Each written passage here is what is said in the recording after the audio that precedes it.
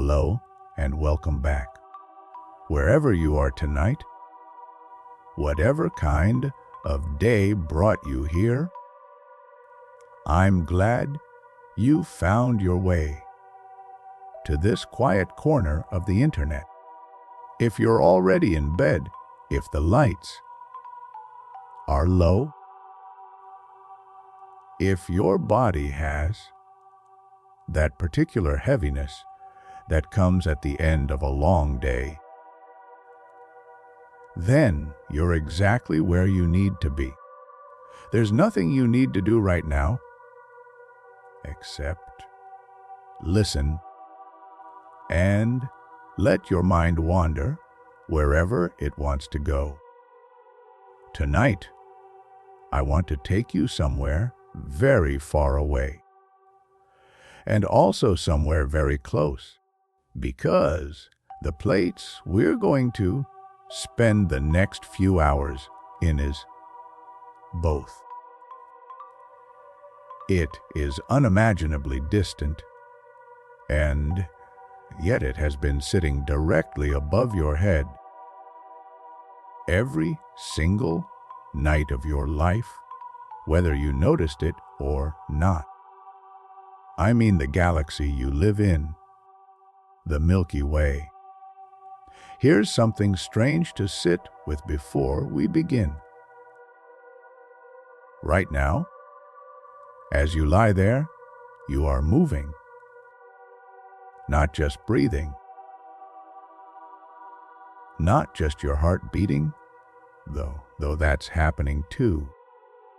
I mean your entire body, this bed, this room, the building around you, the ground beneath the building. All of it is hurtling through space. Your planet is spinning.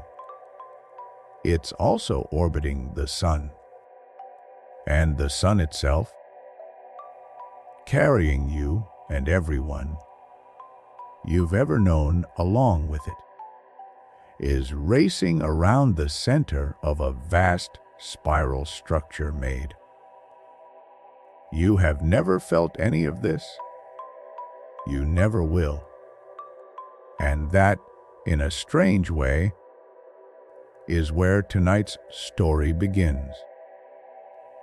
Because for almost the entire span of human history, people looked up at the night sky and saw a pale, hazy river of light stretching from one horizon to the other, and they had absolutely no idea what it was or that they were standing inside it.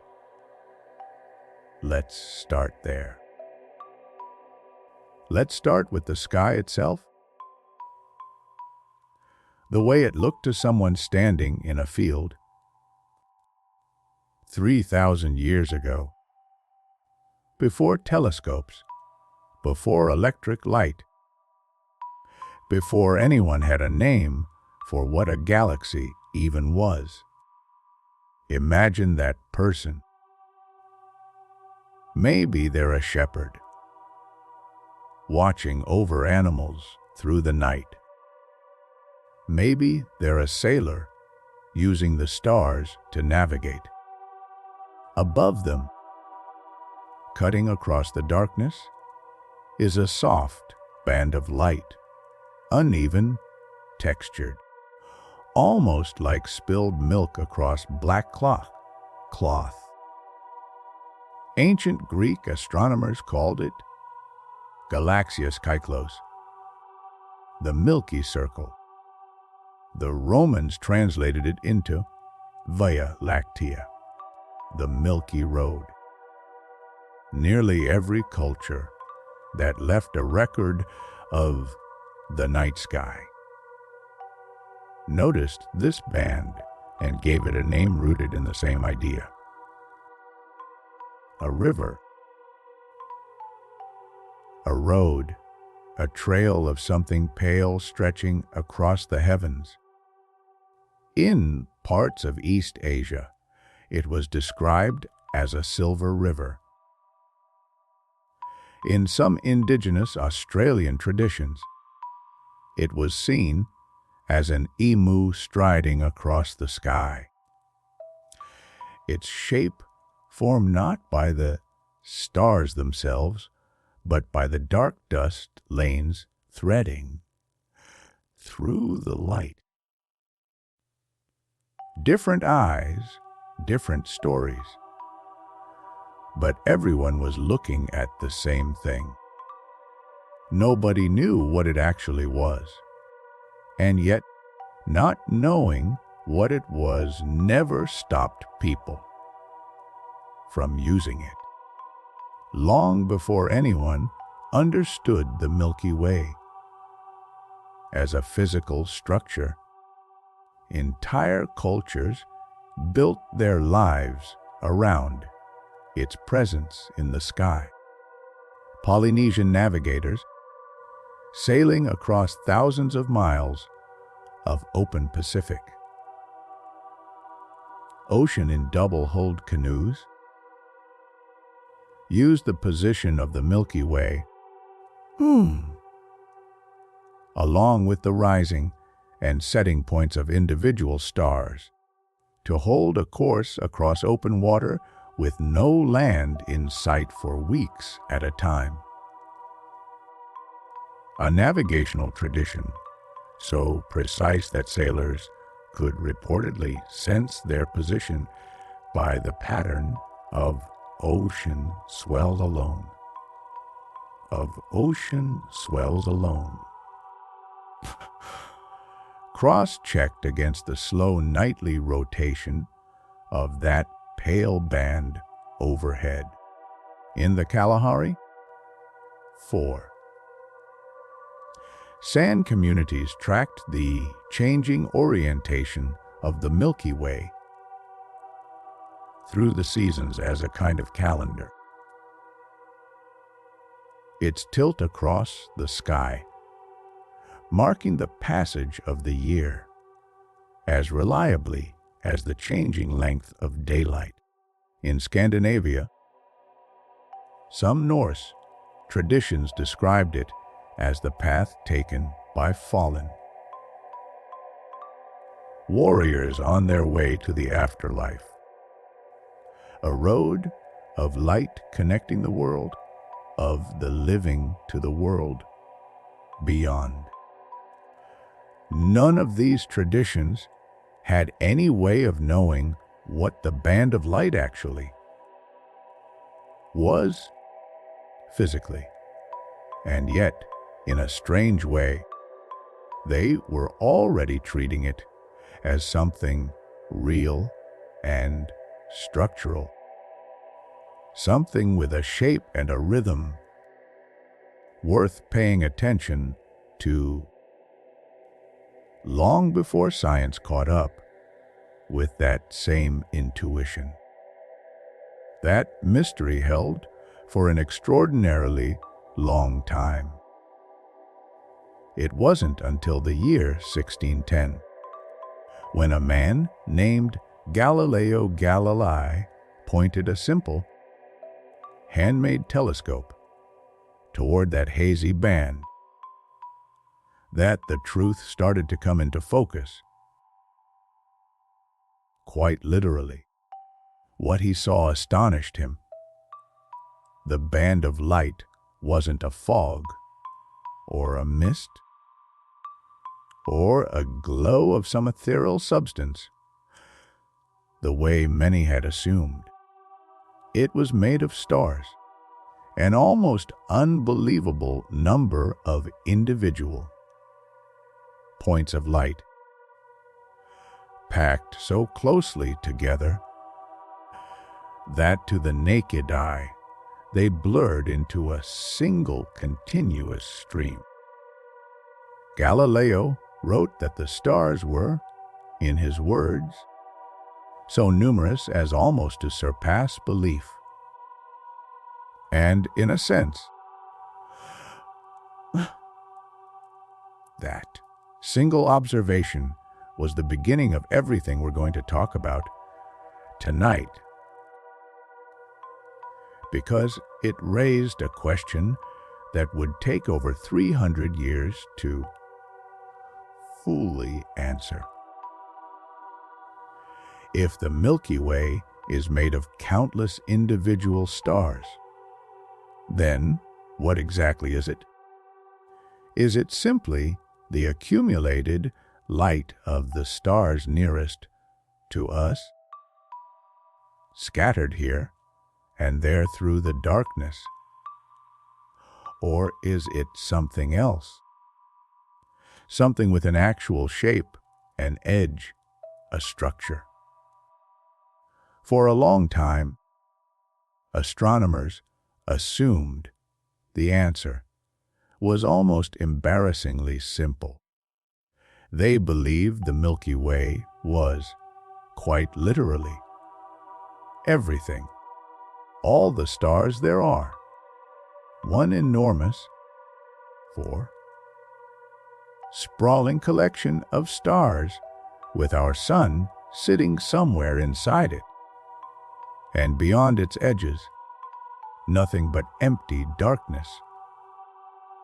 The universe, they thought, and the Milky Way were essentially the same thing. This idea held for centuries. It felt intuitive. It matched what the eye could see. And it turned out to be almost completely wrong. The unraveling of that mistake is one of the great detective stories in the history of science. And it centers on a puzzling category of object that astronomers had been cataloging for a long time without fully understanding. Faint, fuzzy smudges of light scattered here and there across the sky, distinct from ordinary stars, which they came to call nebulae, from the Latin word for cloud or mist. Some of these nebulae were genuinely clouds of gas within our own galaxy, glowing where new stars were being born. But others looked different. They had a distinctive spiral shape, faint arms curling outward from a bright center, almost like tiny pinwheels of light. Astronomers called these spiral nebulae, and for a long time nobody knew quite what to make of them. Were they nearby clouds of gas, swirling for reasons not yet understood? Or were they something else entirely? Something far more startling. By the early 1920s, this question had become one of the most contested debates in all of astronomy. And in April of 1920, it came to a head in a now famous public exchange, sometimes called the Great Debate, between two astronomers named Harlow Shapley and Heber Curtis.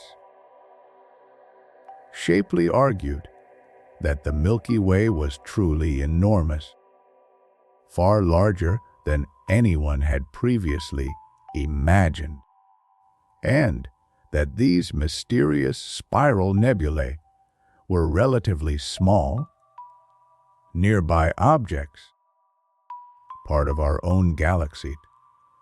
Curtis argued the opposite. He believed the Milky Way was more modest in size, and that the spiral nebulae were something almost too vast to comprehend.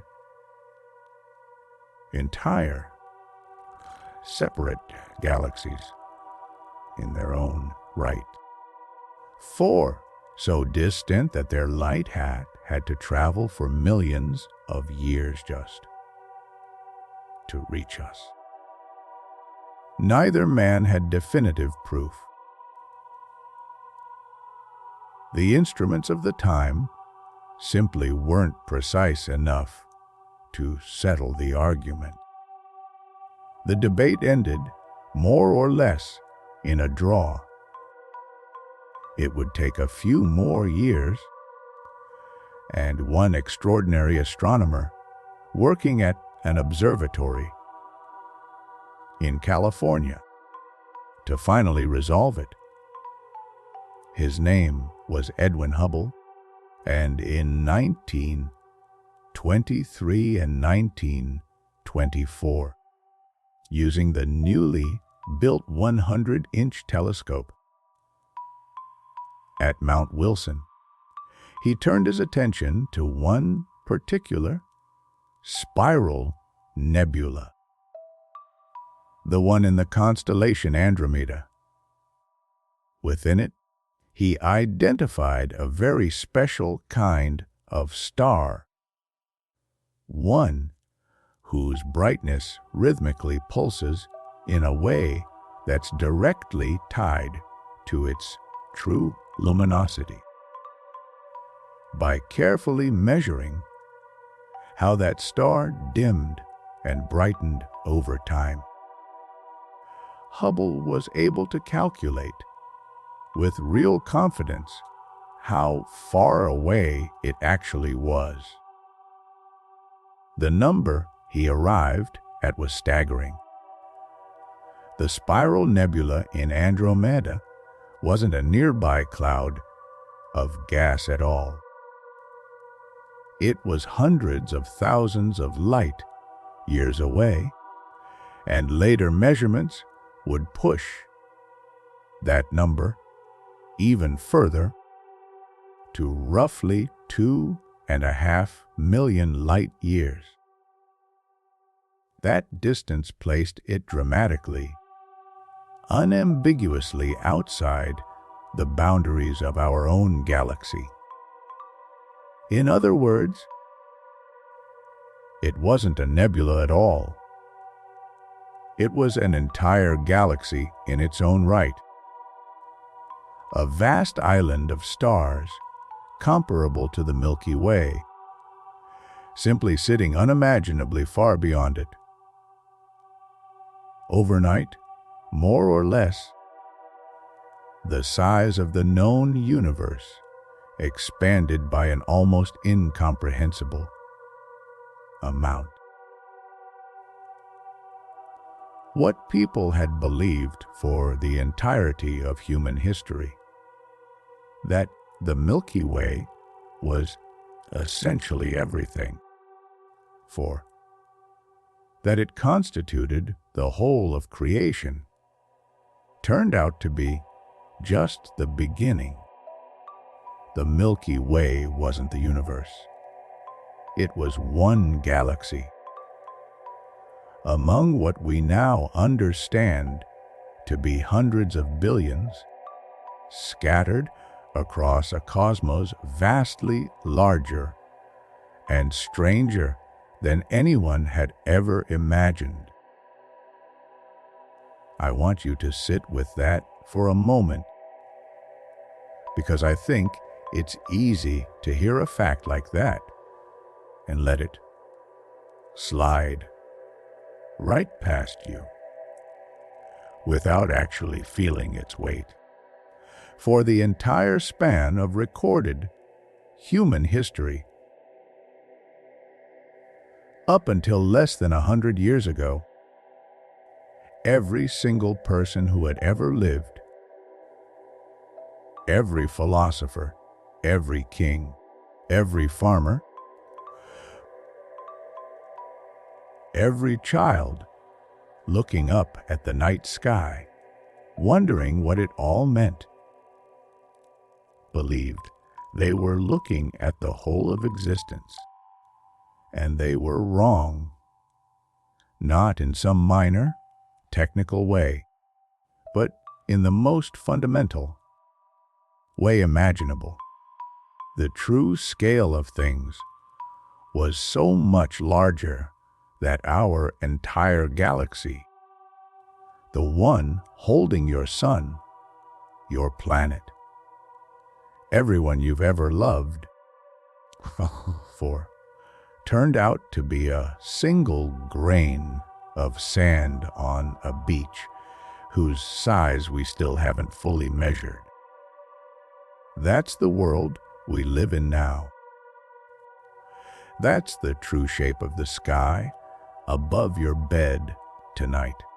So, let's turn our attention, then, to that one particular grain of sand, our home, the Milky Way itself. What is it really? What does it actually look like? If you could somehow step far enough away to see the whole thing at once. Here's where an interesting irony comes in, one that took astronomers a long time to fully grapple with. Studying your own galaxy from the inside is, in some ways,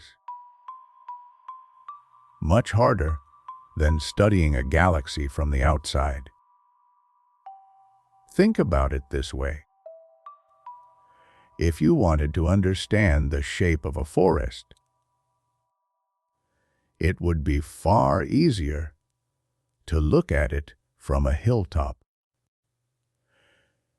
taking in its overall outline, than to stand in the middle of the trees, surrounded on every side, unable to see past the nearest trunks. That's roughly the situation astronomers face with the Milky Way. We are embedded within it, somewhere out in one of its spiral arms. And so we can't simply take a photograph of the whole structure the way we can with Andromeda or any other distant galaxy. Instead, astronomers have had to reconstruct the shape of our galaxy, almost like detectives piecing together a crime scene from scattered clues,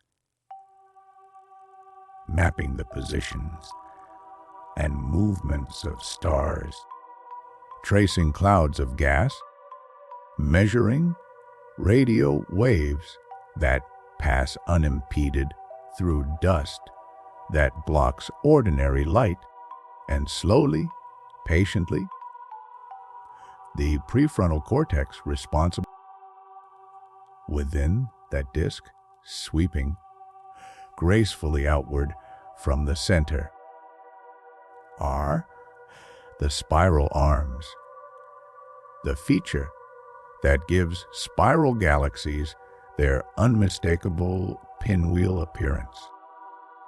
Our galaxy has several of these arms with names like the Scutum, Centaurus arm, the Sagittarius arm, the Perseus arm, tracing long, curving paths of concentrated stars, gas, and dust around the galactic disk, and running straight through the very center of the galaxy is the feature that gives this type of galaxy its name, the bar.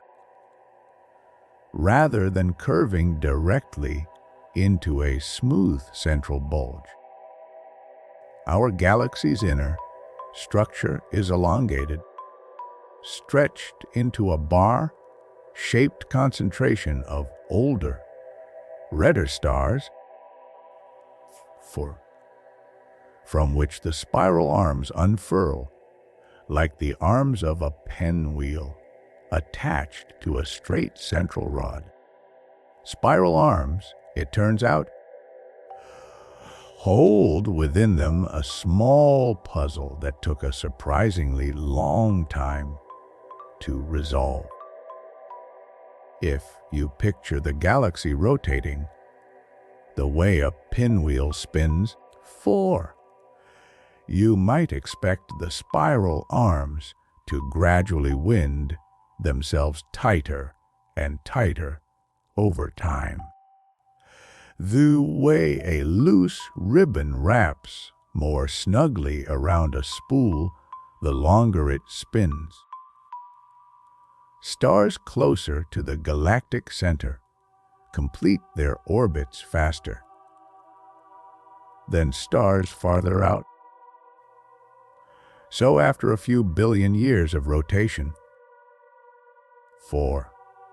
Simple intuition suggests the arms should have wound up into a tight, indistinct smear, rather than the graceful, well-defined spiral we still see today, over 10 billion years after the galaxy first formed. The resolution to this puzzle, worked out gradually through the 1960s and beyond, is genuinely elegant. Spiral arms, astronomers now understand, are not fixed collections of the same stars, traveling around together like beads on a wire. They're better understood as a kind of pattern, a density wave rippling slowly through the galactic disk, somewhat like a traffic jam moving along a highway. In a traffic jam, individual cars are constantly entering and leaving the slow-moving cluster. Yet the jam itself, as a pattern, can persist and move along the road as a relatively stable shape, even though it's made of completely different cars from one moment to the next. Spiral arms behave similarly. Individual stars drift into a spiral arm, slow down slightly as they pass through the more crowded region, and then drift back out the other side, while the overall spiral pattern itself rotates at a different, generally slower pace than the stars moving through it. This is also, incidentally, part of why spiral arms tend to appear brighter and more distinct than the rest of the disk. As gas clouds pass through the density wave, they get gently compressed, which triggers bursts of new star formation.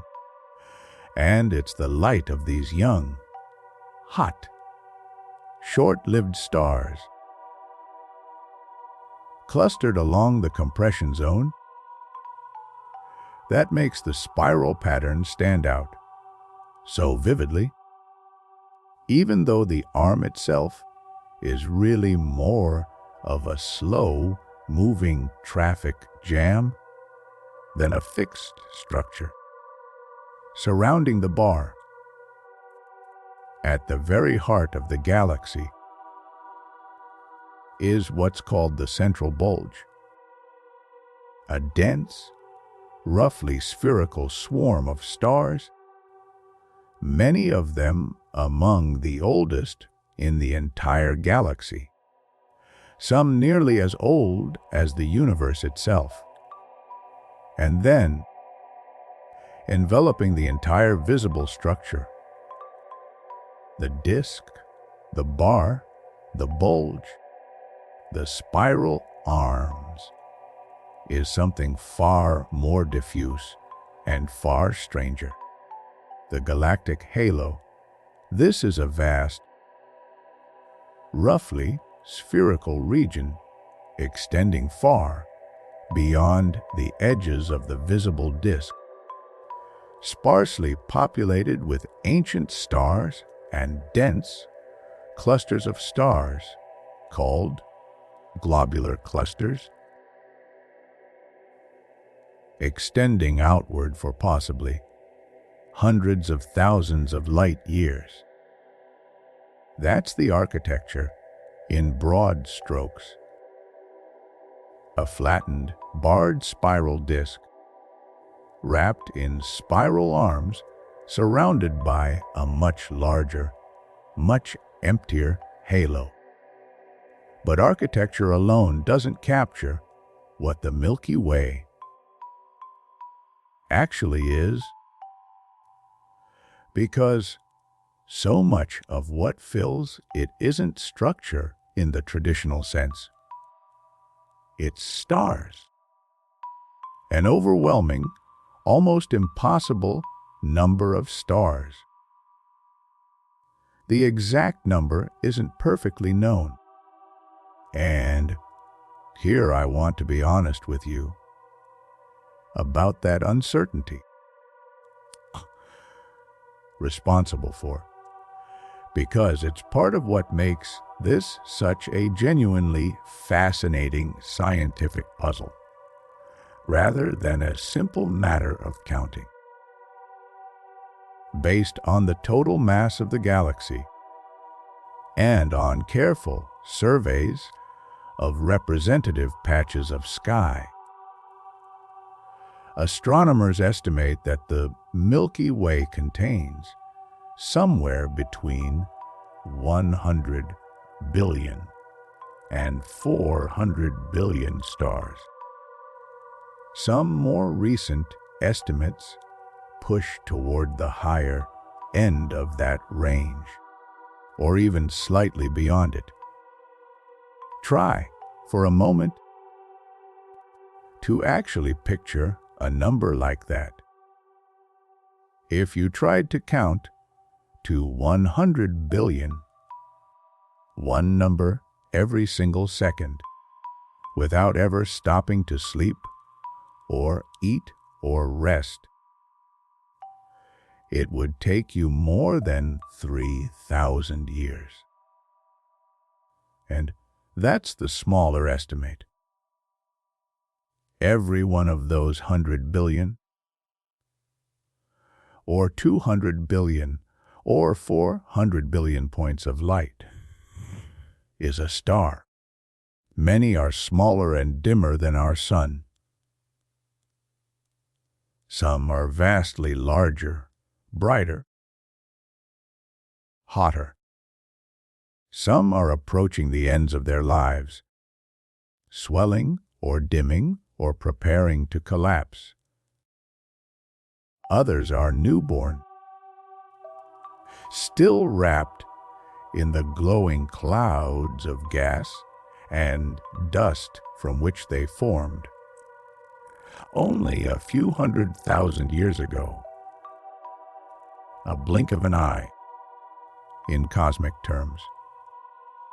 And scattered among those stars, current evidence increasingly suggests are an even larger number of planets. Some recent estimates propose that the galaxy may contain, on average, at least one planet for every star, which would put the total number of planets in the Milky Way somewhere in the same staggering range as the number of stars, possibly higher. Some unknown fraction of those, astronomers believe, likely orbit their stars at a distance where conditions might allow liquid water to exist on a rocky surface, what's sometimes called the habitable zone. we don't yet know how many of those planets, if any, harbor anything resembling life. That remains one of the great open questions of modern science, one we don't have an answer to yet, and may not have an answer to for a very long time. It's worth remembering how recent all of this knowledge actually is. For most of scientific history, the existence of planets orbiting other stars was pure speculation, a reasonable guess with no direct evidence behind it.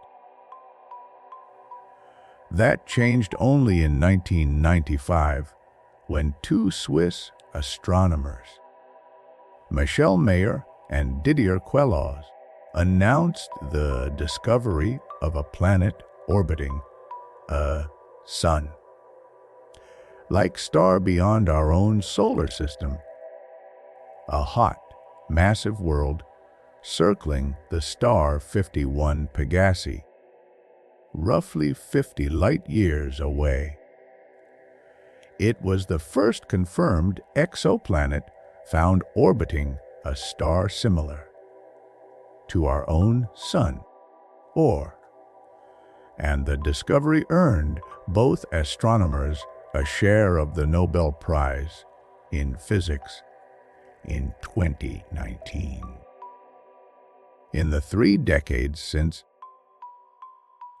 the pace of discovery has accelerated almost beyond belief. Space telescopes purpose-built for this kind of search,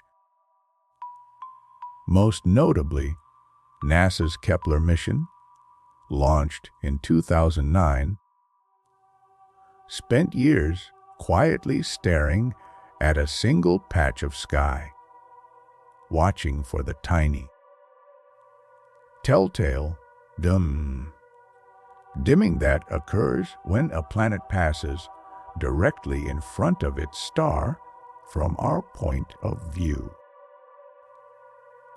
That single mission alone confirmed thousands of new worlds, and follow-up missions have continued adding to that count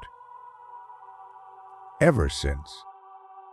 As of the most recent surveys, astronomers have confirmed more than 5,000 exoplanets within our galaxy, with thousands more candidates awaiting confirmation, a number that grows larger seemingly every year. And this is almost certainly a vanishingly small fraction of what's actually out there. Since our current detection methods can only reliably find planets under fairly specific conditions, meaning the true number, 4, scattered among the galaxy's hundreds of billions of stars, likely dwarfs anything we've cataloged so far. Let's turn now toward the very heart of the galaxy, because it's here that some of the strangest and most fascinating physics in the entire Milky Way takes place.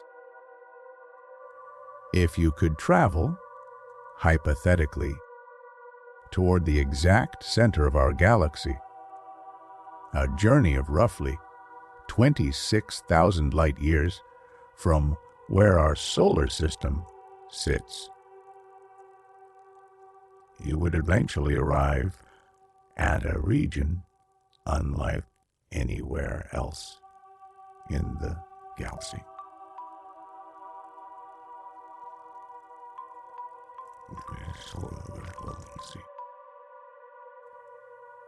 Densely packed with stars, swirling with gas and dust, and at its absolute core,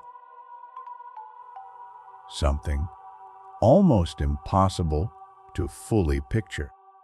A supermassive black hole. Astronomers call it Sagittarius A star, named for its location in the constellation Sagittarius 4. And it is almost certainly the single most extreme object in our entire galaxy. Its mass has been measured through decades of extraordinarily careful observation at somewhere around 4 million times the mass of our Sun, for fortifiable, all compressed into a region of space smaller than the distance between the Sun and Mercury. For a long time, this was purely theoretical, a mathematical necessity inferred from the way stars near the galactic center behaved, rather than something anyone had actually seen. And the way it was eventually confirmed is, I think, one of the most one of the most patient and remarkable achievements in the history of astronomy, beginning in the early 1990s. 2 independent teams of astronomers, one in Germany, one in the United States, the prefrontal cortex responsible for, began tracking the motion of a small cluster of stars orbiting impossibly close to the galactic center over the following decades. And I want you to really sit with that word, decades, because this wasn't a quick observation. It was one of the longest sustained scientific projects in modern astronomy. They watched these stars trace out elegant, looping orbital paths, moving at astonishing speeds. The prefrontal cortex, responsible for sometimes reaching several percent of the speed of light as they swept closest to the unseen mass at the center. From the shape and speed of those orbits, the astronomers were able to calculate with remarkable precision, responsible for both the mass and the location of whatever invisible object was pulling those stars around it. The answer could only be a black hole. Nothing else could account for that much mass packed into that little space, exerting that much gravitational pull while emitting essentially no light of its own. This discovery was so significant and required such extraordinary patience and precision. That in 2020, 4. The Nobel Prize in Physics was awarded jointly to Reinhard Genzel and Andrea Ghez, the two scientists who led those research teams for what the Nobel Committee described as the discovery of a supermassive compact object at the center of our galaxy. And then, in 2022, 4. Astronomers achieved something that had once seemed almost impossible. They produced an actual image of Sagittarius A star itself, 4. Using a global network of radio telescopes working together as a single planet-sized instrument called the Event Horizon Telescope. The image doesn't show the black hole directly, since by definition, a black hole emits no light. What it shows instead is a glowing ring of superheated gas and radiation, swirling around the black hole's shadow. A faint, fiery halo surrounding an absence, a boundary tracing the edge of something from which nothing, not even light, can escape. 4. It's worth pausing here to gently correct a common misconception, because I think it's one that can make black holes feel more threatening than they actually are. At least in this particular case, a black hole is not some cosmic vacuum cleaner, silently drifting through space, swallowing everything that drifts too close. Sagittarius A star, despite containing 4 million times the mass of our Sun, 4. Exerts gravitational influence in exactly the same way any object of that mass would. Nothing more, nothing less. The stars orbiting it do so in stable, 4. predictable paths, the same way planets orbit our Sun, rather than spiraling helplessly inward.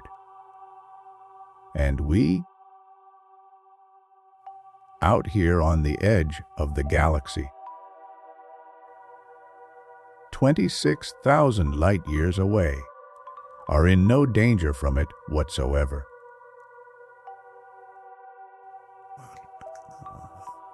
It has been sitting quietly at the center of our galaxy for billions of years, and it will likely continue doing so for billions more, the largely unnoticed by the vast majority of the galaxies. Stars, planets, and on at least one small blue world, its curious inhabitants. There's one more piece of the galactic center's story worth mentioning, because it's a reminder. because it's a reminder that even a seemingly quiet black hole isn't always perfectly still. In 2010, astronomers analyzing data from NASA's Fermi-Gamma Ray Space Telescope discovered something nobody had previously noticed. For hiding in plain sight in data that had already existed for years. Two enormous, symmetrical bubbles of high-energy gamma ray emission, extending outward from the galactic center, above and below the plane of the galaxy. Each one stretching roughly 25,000 light-years from the disk. Together, these Fermi bubbles, as they came to be known, span a region larger than the visible width of the galaxy itself. Yet they remained completely invisible to ordinary telescopes, detectable only at gamma ray wavelengths far beyond what human eyes or even most instruments are built to see. Their origin remains an active area of research, genuinely still being debated. The prefrontal one leading explanation suggests they were blown outward by a sudden, dramatic surge of activity from Sagittarius, a star itself, perhaps a few million years ago, when the black hole may have briefly consumed an unusually large amount of surrounding gas. 4. Flaring outward in a burst of energy that carved these two vast structures into the halo above and below the galaxy. Another possibility points to a wave of intense star formation and supernova explosions near the galactic center. 4. Whose combined energy could have driven similar outflows. 4. Neither explanation has been fully confirmed. What's genuinely remarkable, though, is simply this: a structure large enough to be considered one of the most significant features in the entire galaxy sat completely undiscovered until surprisingly recently. Hidden not by distance, but by the simple limits of what kind of light we had learned to look for. Let's step back now, out from the dramatic intensity of the galactic center, and turn our attention to something a little more personal. The question of where exactly within this vast structure we actually live. Our solar system sits roughly 26,000 light years from the galactic center, out in what astronomers sometimes describe, almost apologetically, as a fairly unremarkable location, neither in the crowded, energetic heart of the galaxy, nor out in the sparse, nearly empty reaches of the far outer disk, but somewhere comfortably in between, in a region sometimes called the galactic suburbs. More specifically, our sun sits within a relatively minor structure that astronomers, for a long time, considered a small spur or bridge of stars and gas connecting two of the galaxy's larger, more prominent spiral arms, the Perseus arm and the Sagittarius arm. This structure is sometimes called the Orion arm, or in more recent research using precise mapping of young stars and star-forming regions, the Orion spur or the local arm. For some newer studies have suggested this arm may be more substantial than previously believed. For though the details remain an area of active research and gentle scientific disagreement, either way, we do not live in one of the grand, dramatic spiral arms often depicted in illustrations of the Milky Way. We live in a quieter, more modest branch,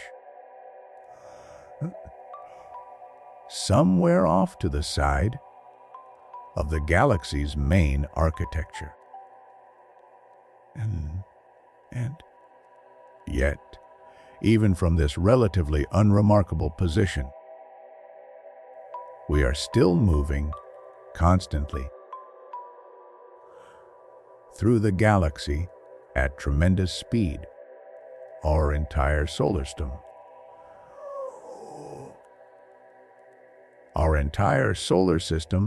orbits the galactic center at roughly 137 miles per second. A speed that would carry you from New York to Los Angeles in under a minute. And at that pace, it still takes somewhere between 225 and 250 million years to complete a single full orbit around the galaxy. Astronomers sometimes call it establecando at the full for 15 quarters, or a cosmic year. Think about what that means. The last time our solar system was in this exact position in its orbit around the galaxy, dinosaurs had not yet appeared on Earth. The very first dinosaurs wouldn't emerge for tens of millions of years yet. Since that last galactic new year, our planet has drifted through entire geological eras witnessed the rise and fall of countless species, and slowly, patiently, given rise to us. To you, lying there right now, for having lived through only the tiniest, for most infinitesimal fraction of a single one of these enormous galactic years, responsible for. We have completed roughly 18 to 20 of these galactic orbits since the solar system first formed, some 4.5 billion years ago. 18 or 20 laps around the galaxy in the entire history of the Sun and Earth. And in your own lifetime so far, one, you have completed a fraction of a single one of those laps, so small it barely registers as a number at all. There's something quietly humbling in that. Your whole life, every memory you have, every person you've ever known, has unfolded during a sliver of time so brief that the galaxy itself has barely turned at all. And the orbit around the galactic center isn't even the only motion the Sun is quietly carrying you through. As the solar system travels its long, slow loop around the galaxy, it also drifts gently up and down, oscillating through the plane of the galactic disk, the way a horse on a carousel rises and falls, while the carousel itself turns. Roughly every 30 million years or so, the Sun completes one of these vertical bobs, rising a few hundred light years above the crowded midplane of the disk. 4. Then sinking back down through it and out the other side before rising again. Some researchers have speculated, though this remains a genuinely debated and unconfirmed idea, that these periodic crossings through the denser part of the galactic disk might very slightly increase the odds of gravitational disturbances or from nearby stars or clouds. Responsible for potentially nudging distant comets out of their usual orbits, and extremely speculatively,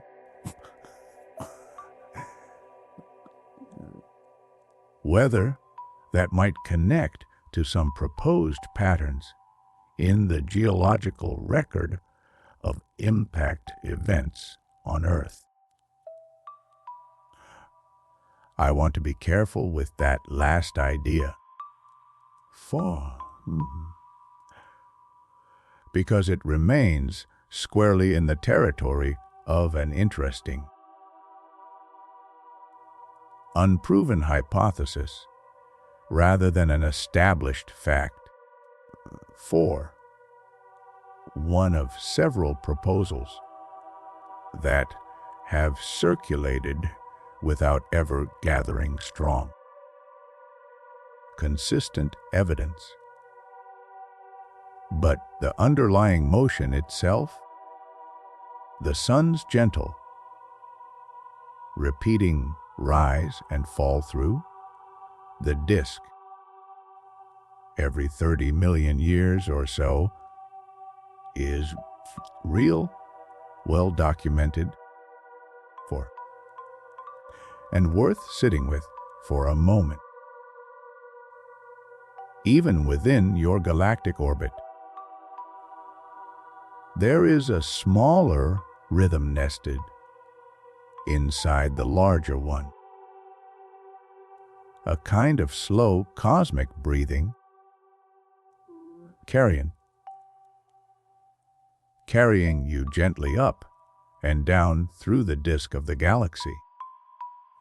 A cycle so unhurried that human civilization in its entirety has not yet existed long enough to see it complete. Even a tiny fraction of a single cycle. Before we move further out, there's a quiet, personal thread to this story worth pulling on for a moment, because it concerns the sun itself and where it actually came from. Stars are rarely born alone. When a molecular cloud collapses to form new stars, it typically doesn't produce just one, but hundreds, sometimes thousands, all forming together. Within the same collapsing cloud of gas. Over roughly the same span of time, in what astronomers call an open star cluster, a loosely bound group of siblings, born from the same material in the same stellar nursery. Our own sun, astronomers now believe with fairly strong confidence, was almost certainly born this way too, roughly 4.5 billion years ago, as one member of a cluster that have contained anywhere from several hundred to a few thousand sibling stars, all forming together within the same cloud. That birth cluster no longer exists, at least not as a recognizable group. Open clusters like this are only loosely held together by gravity and over hundreds of millions of years. The gentle gravitational tug of the rest of the galaxy. Passing clouds of gas, the combined pull of the spiral arms, distant encounters with other stars, gradually pulls clusters like this apart, scattering their member stars across the galaxy, each one settling into its own center, its own slightly different orbit around the galactic center. Which means that somewhere out there, among the hundreds of billions of stars scattered across the Milky Way. There are almost certainly a handful, and possibly many more, of the Sun's actual siblings, stars born from the exact same collapsing cloud of gas. 4.5 billion years ago, or that have since drifted off into entirely different parts of the galaxy, for indistinguishable now from any other star in the sky, for their shared origin all but erased by billions of years of gentle gravitational drift.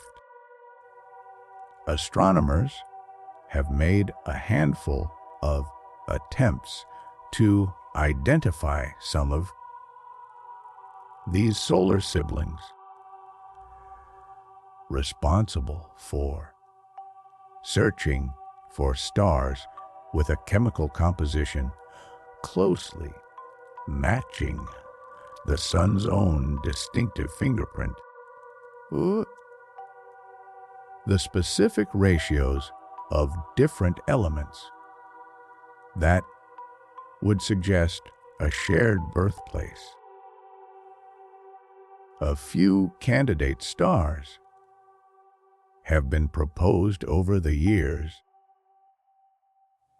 though confirming any particular star as a genuine sibling of the Sun remains difficult, and none has been established with full certainty. It's a strange thing to consider. Somewhere out there, quite possibly, is a star that formed alongside the Sun, side by side,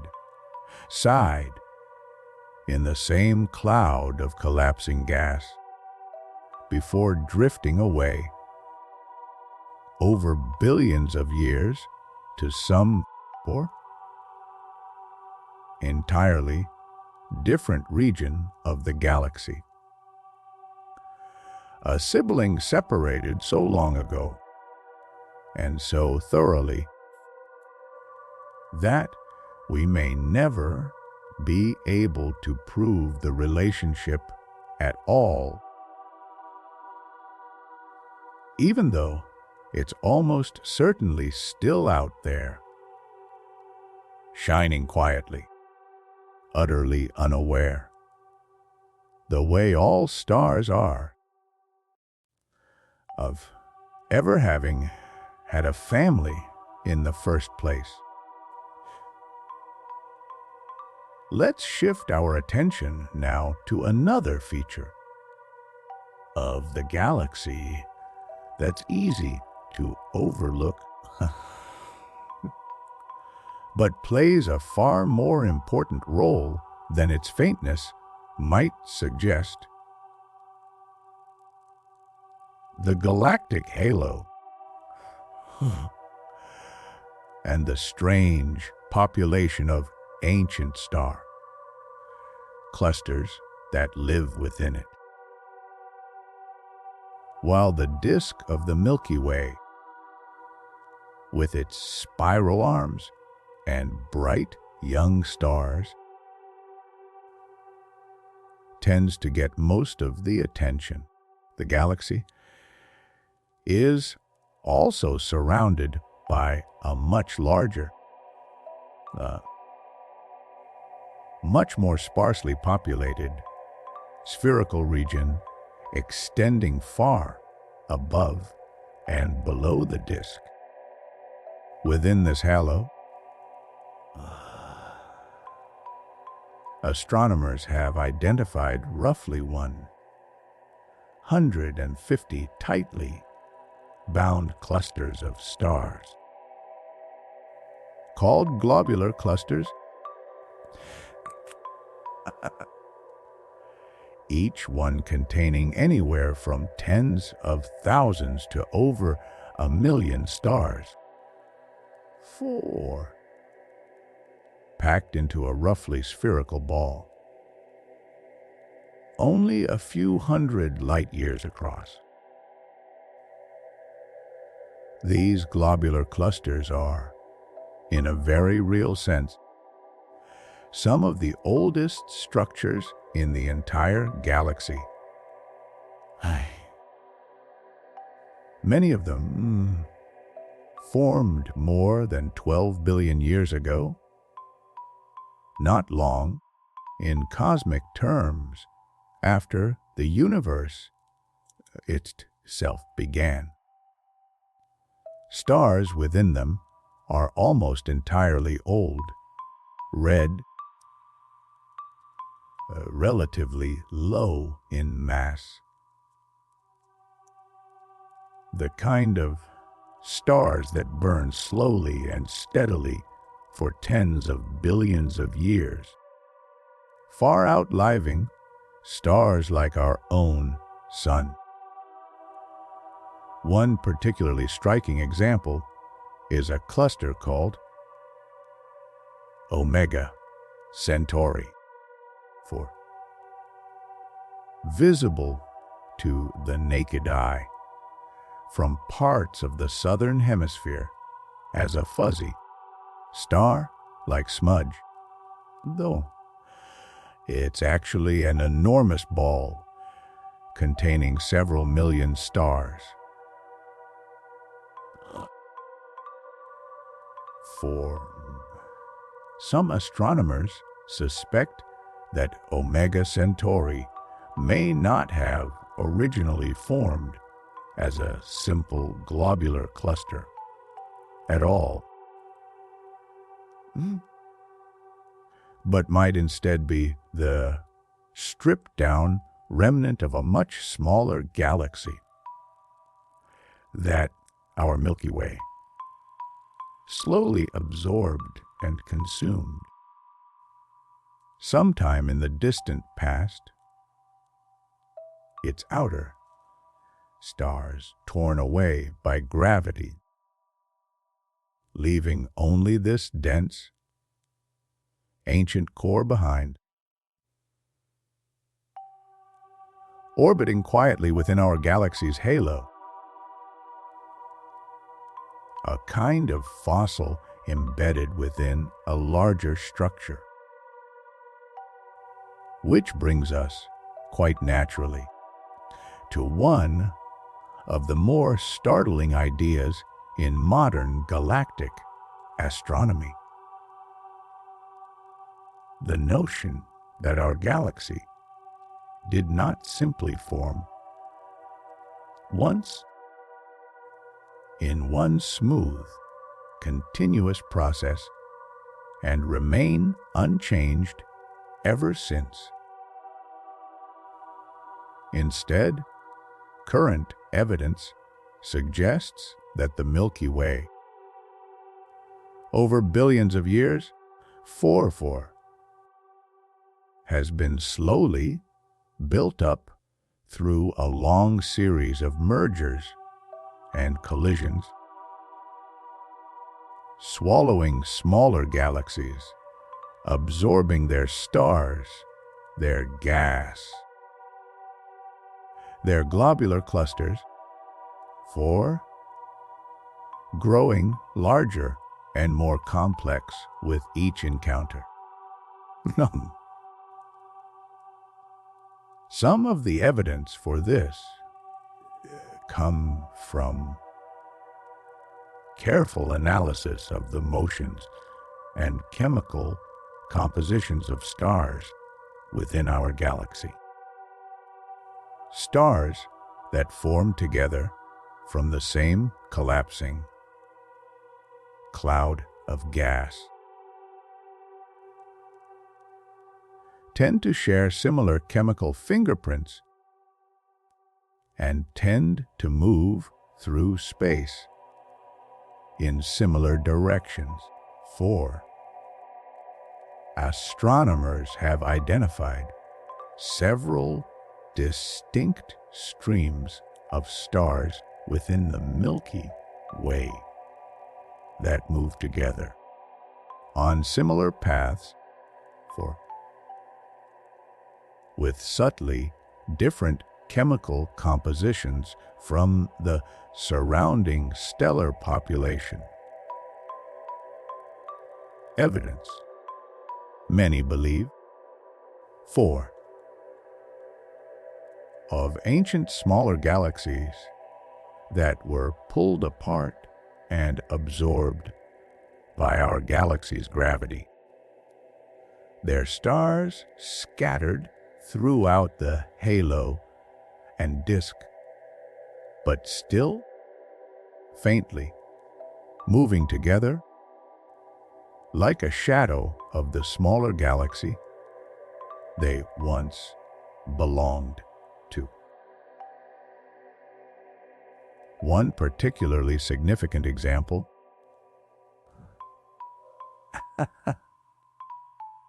identified through detailed data collected by the European Space Agency's Gaia spacecraft is sometimes called the Gaia Enceladus merger, believed to have occurred roughly 8 to 11 billion years ago,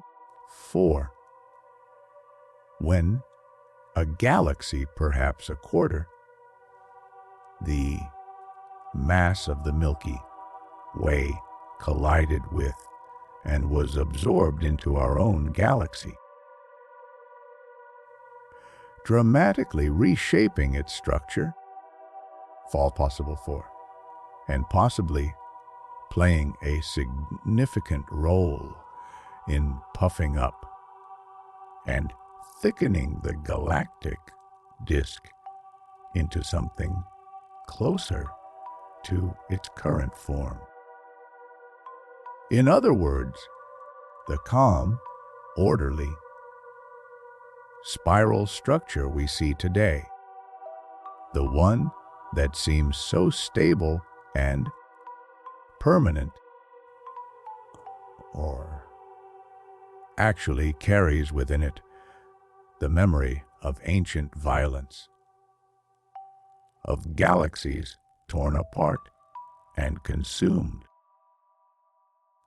their stars folded into our own, so thoroughly integrated that untangling their origins requires the kind of painstaking, responsible for decades-long detective work that modern astronomers are only now becoming capable of. Here's a thought worth sitting with quietly for a moment. Some of the stars in the sky above you tonight, indistinguishable to the naked eye from any other star, may not have originally belonged to the Milky Way at all. They may be they may be the surviving remnants of an entirely different galaxy, one that existed and was slowly destroyed 4 billions of years before the Earth even formed. Its stars quietly absorbed into the galaxy you now call home. Let's turn our attention outward again, this time to the companions that orbit our galaxy from a distance. Smaller galaxies caught in the Milky Way's gravitational grip, destined over unimaginably long timescales to share the same fate as Gaia Enceladus. The most famous of these are a pair of small, irregularly shaped galaxies called the Large and Small Magellanic Clouds, visible to the naked eye from the southern hemisphere as faint, cloud-like patches of light, quite distinct from the more organized band of the Milky Way itself. They're named for the explorer Ferdinand Magellan, whose crew documented them during their voyage in the early 1500s, although they had almost certainly been observed and recorded by various cultures in the southern hemisphere for thousands of years before that. These two small galaxies sit at a distance of roughly 160 and 200,000 light years from us, respectively, making them among the closest galactic neighbors we have.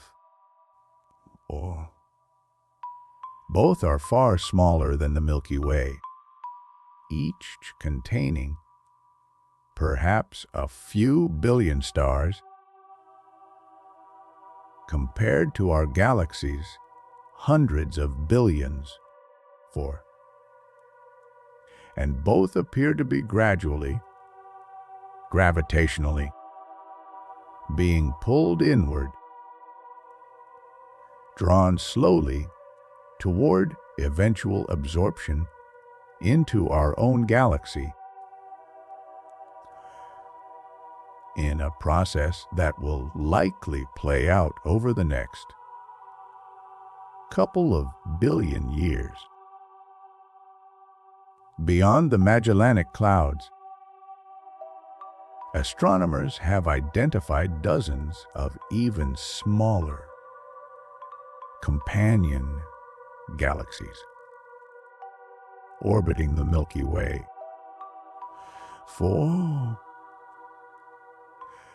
Many of them so faint and diffuse that they've only been discovered in the last couple of decades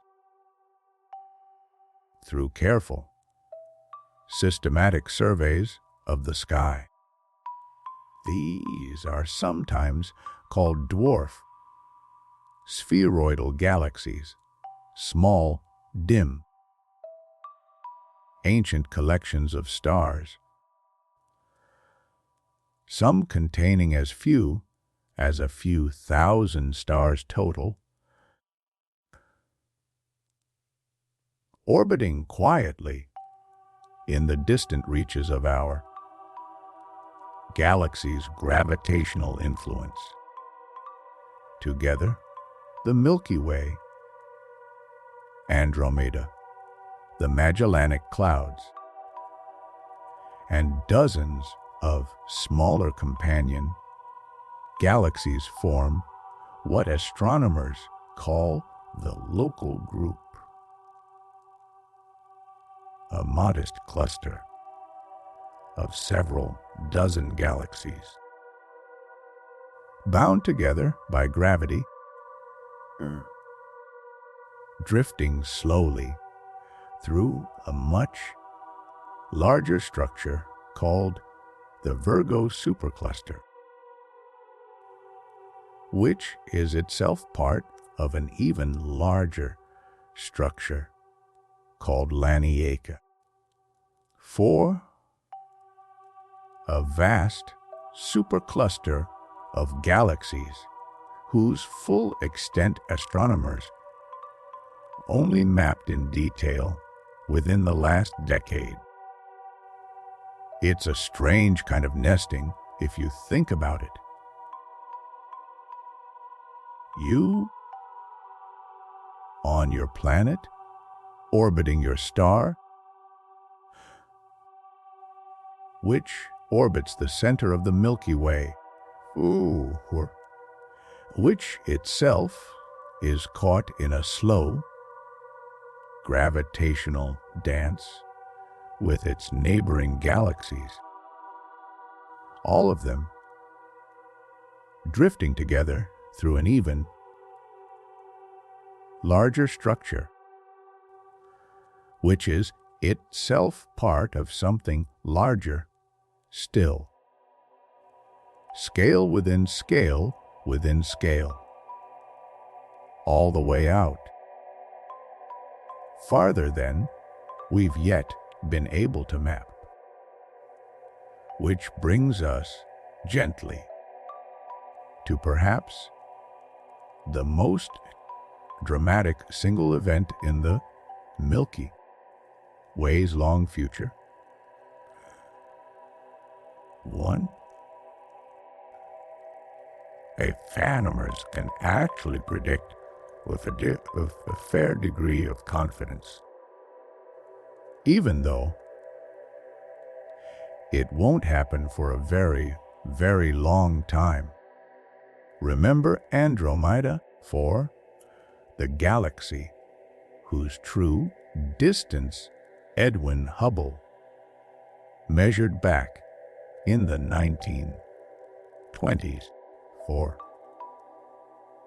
the discovery that first revealed the Milky Way was not the entirety of the universe. 4. Andromeda is our nearest large galactic neighbor, roughly 2.5 million light-years away, containing, by some estimates, even more stars than our own galaxy. And Andromeda is not standing still. It is moving toward us, drawn by the mutual gravitational pull between our two galaxies at a speed of roughly 250,000 miles an hour. Based on detailed measurements of that motion, astronomers project that in approximately 4 to 4.5 billion years, roughly the same span of time that has already passed since the Earth itself formed, and Milky Way and Andromeda will begin to collide.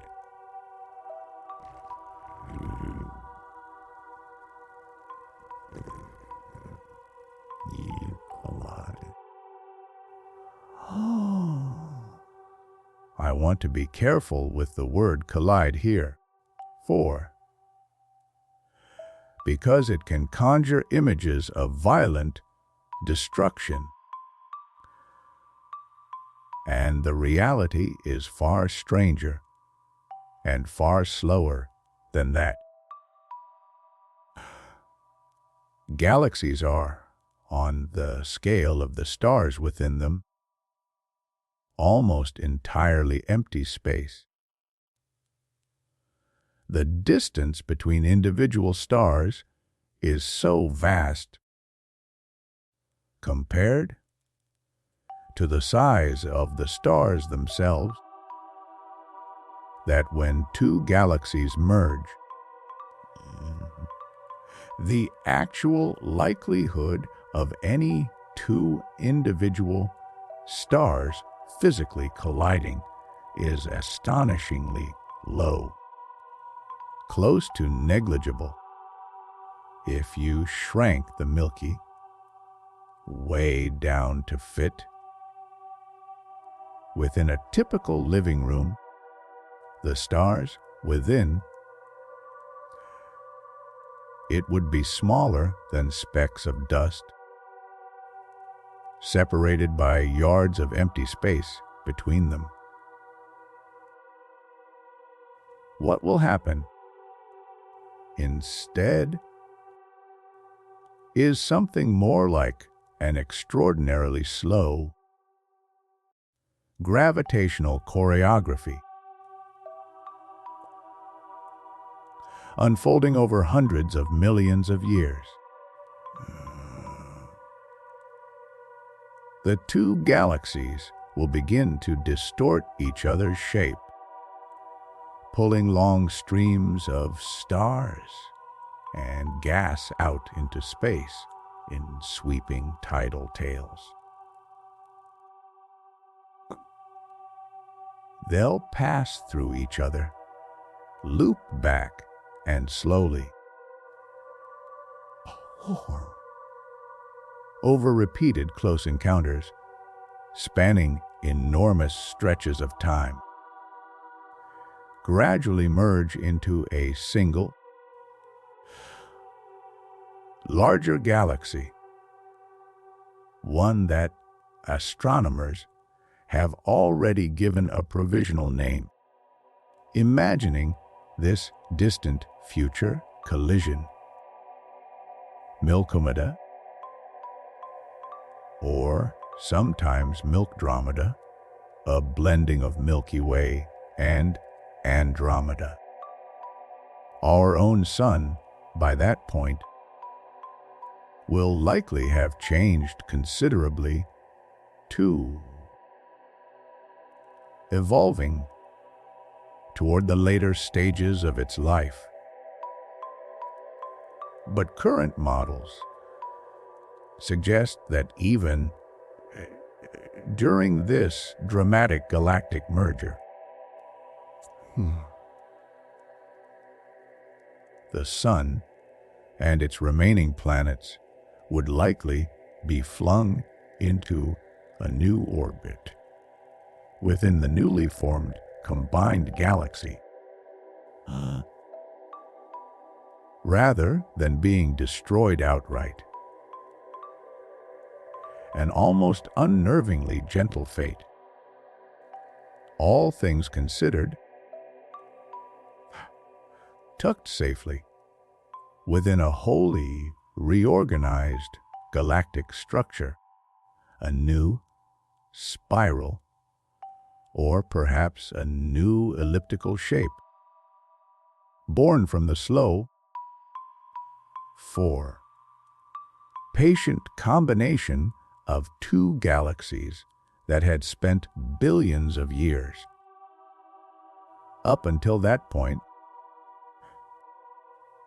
quietly approaching each other across the dark. It's a strange thing to imagine, isn't it? The prefrontal cortex, a future event so distant that it makes even the age of the dinosaurs feel recent by comparison. And yet an event we can actually predict with real scientific confidence, simply by carefully measuring the motion of a smudge of light in the night sky. Let's turn gently toward something a little less distant in time.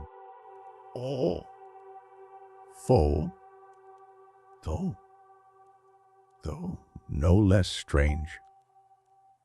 The invisible material that astronomers believe makes up the vast majority of our galaxy's total mass.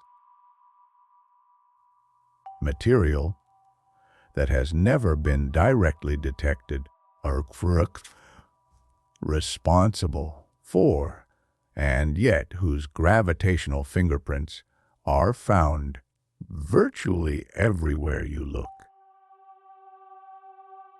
This is what's called dark matter, responsible for. And I want to be honest with you, from the outset that it remains one of the genuine, unresolved mysteries of modern astrophysics. We don't fully know what it is. What we do know for, with a fairly high degree of confidence, is that something invisible for, something that doesn't emit or absorb light in any way we've been able to detect, exerts an enormous gravitational influence on the visible matter within our galaxy. 4. The clue that first revealed this mystery came from studying how fast stars orbit at different distances from the galactic center. Based purely on the visible matter within the Milky Way. The stars, the gas, the dust we can actually see and measure. Astronomers expected that stars far out toward the edges of the galaxy's disk should orbit noticeably more slowly than stars closer to the crowded, slowly more stars. Clubble for the crowded. Massive center responsible for the same way outer planets in our solar system orbit the sun more slowly than inner planets. But that's not what astronomers observed.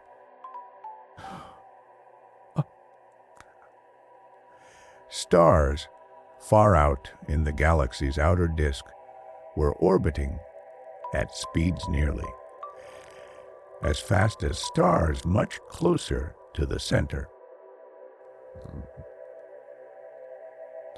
Far faster than the visible matter alone could gravitationally account for something invisible, something with substantial mass. Had to be out there too. Spread throughout and around the galaxy in a vast, roughly spherical halo, exerting exactly the kind of additional gravitational pull needed to explain those unexpectedly fast orbital speeds.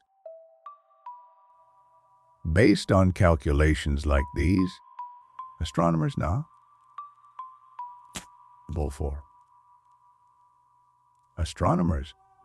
estimate that dark matter may account for somewhere around 85% of all the matter in the universe, and a substantial majority of the total mass of our own galaxy, vastly outweighing all the stars, planets, gas, and dust combined.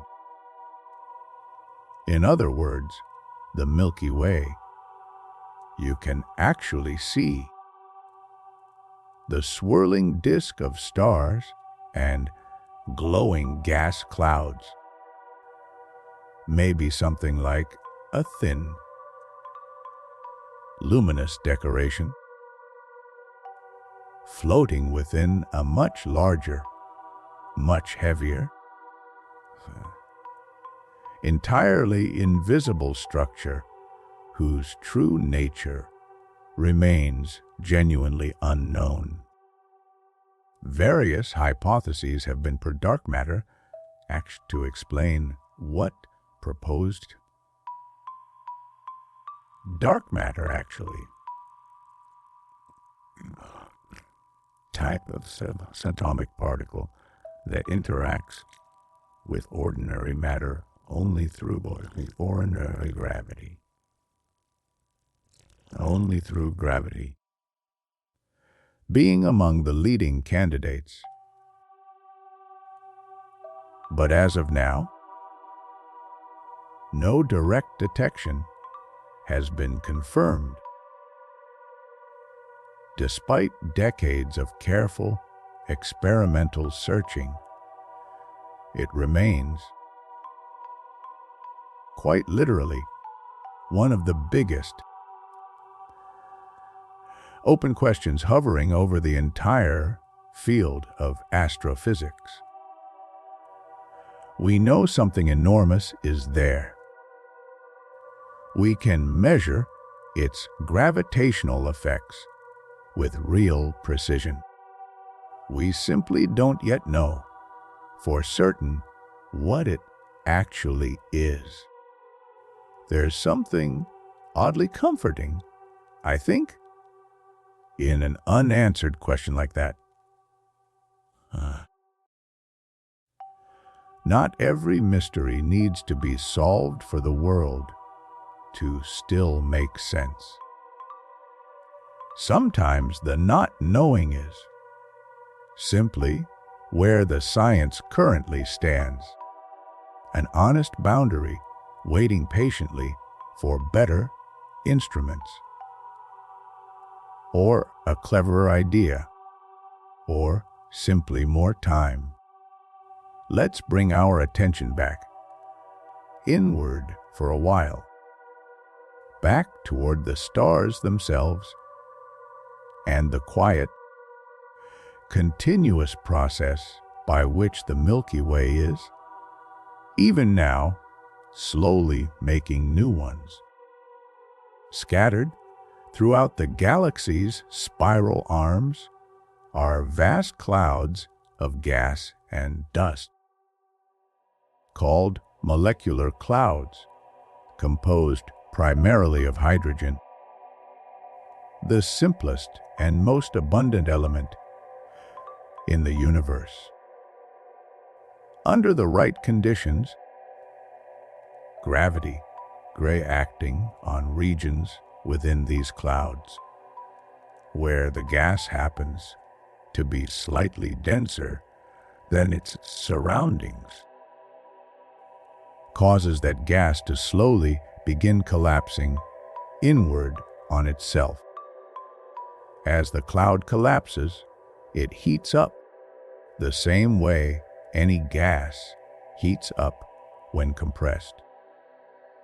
Over a period of time,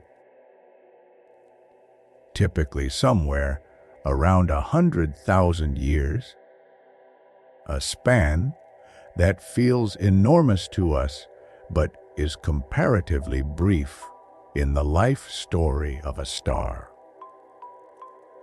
The collapsing cloud forms a dense, hot core, and if that core grows massive and hot enough, nuclear fusion ignites at its center and a new star is born.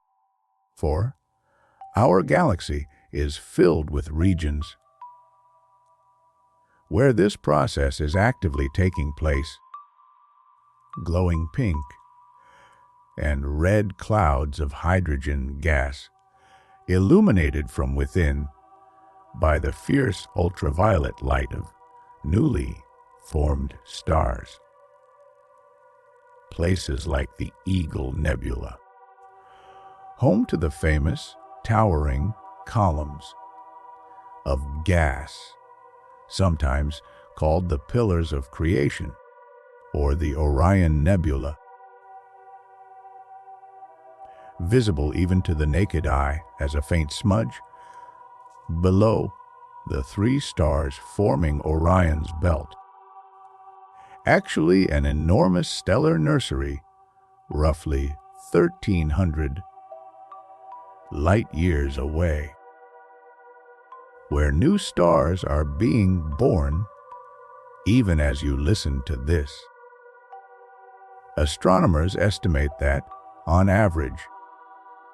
The Milky Way forms somewhere around 1 to 2 new stars each year. A slow, steady, ongoing process that has been playing out, largely uninterrupted, for over 10 billion years, and will likely continue for billions more,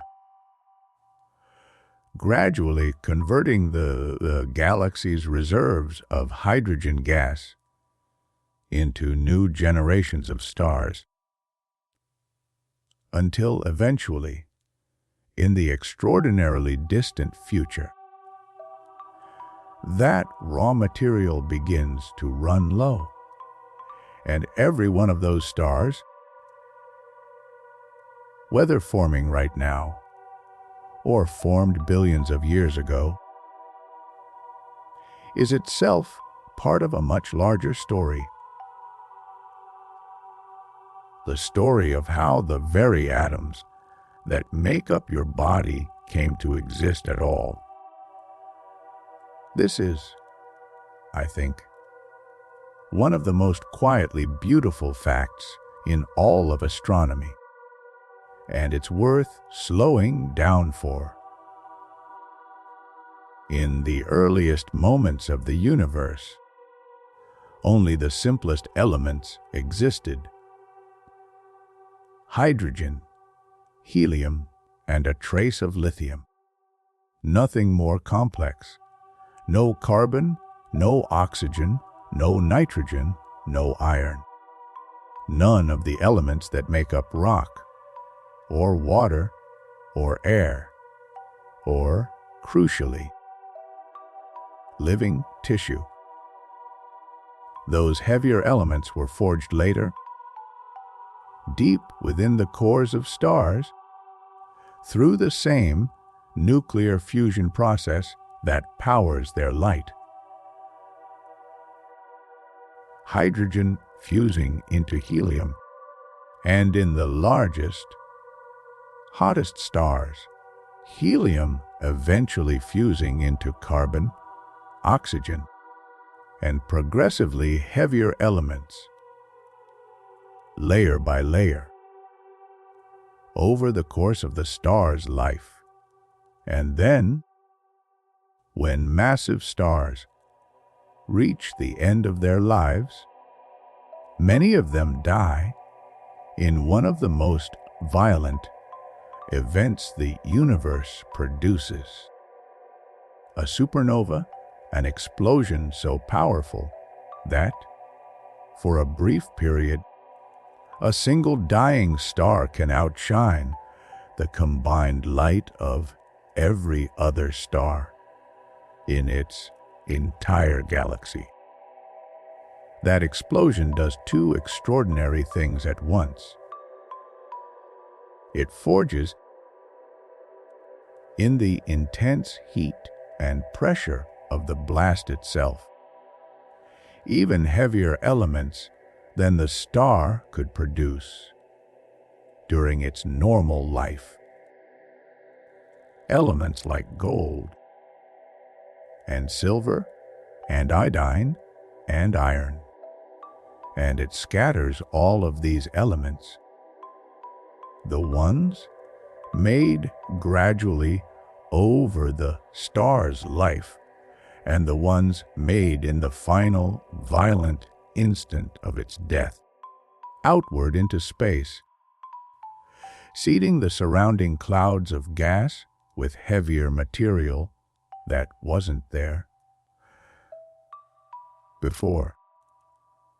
Those enriched clouds of gas, over time, go on to collapse and form new stars and new planets.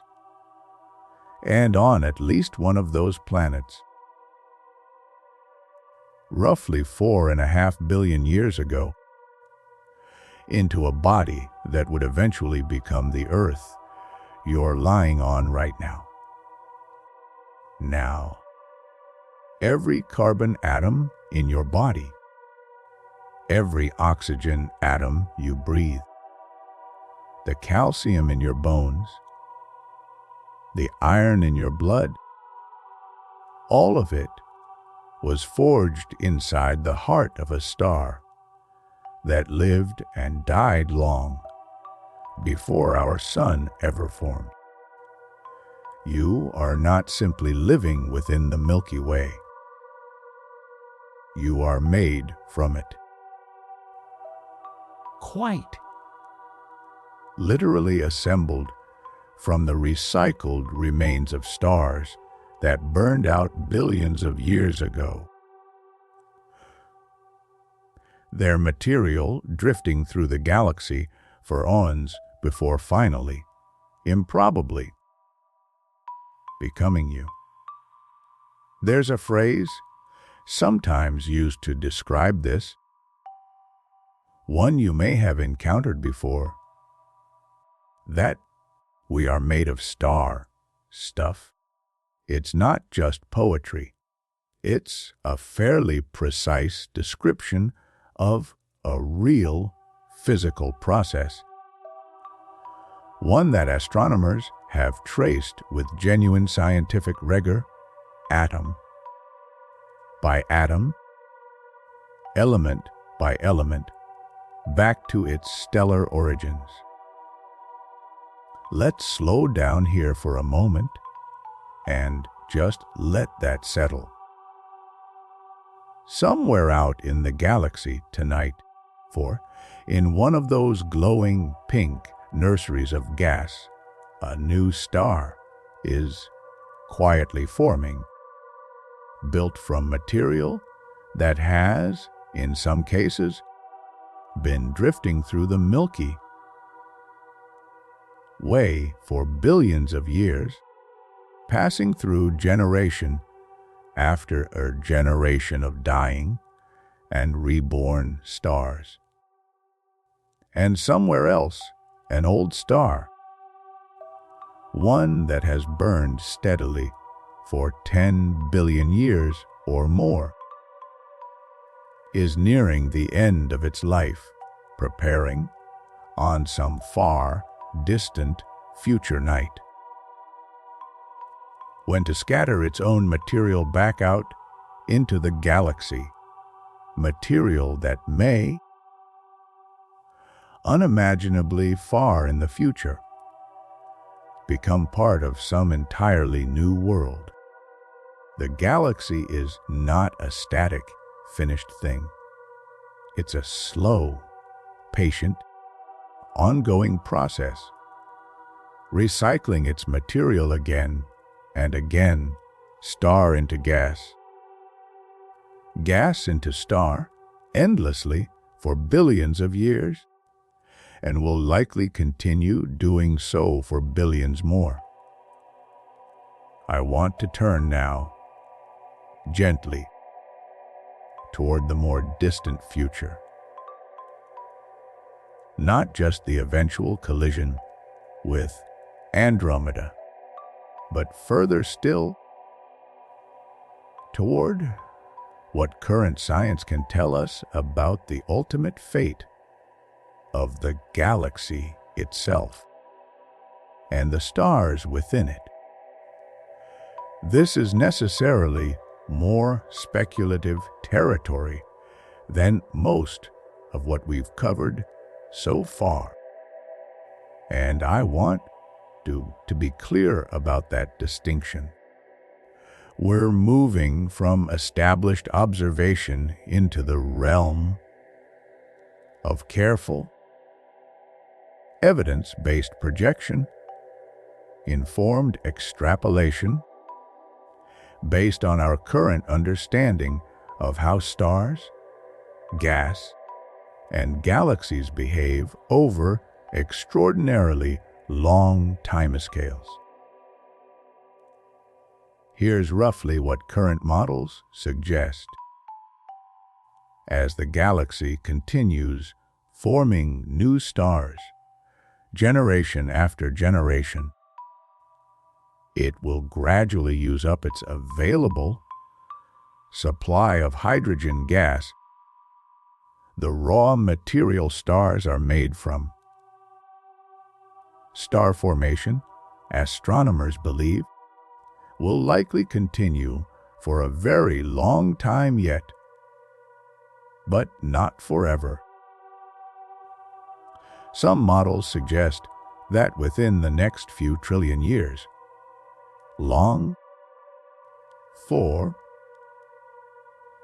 after the merger with Andromeda has already completed and settled into a new stable galaxy, the available gas will have been largely exhausted.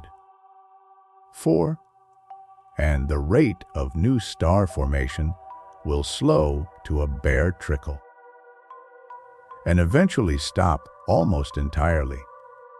At that point, the combined Milky galaxy will be populated primarily by long-lived, low-mass stars, the small, dim,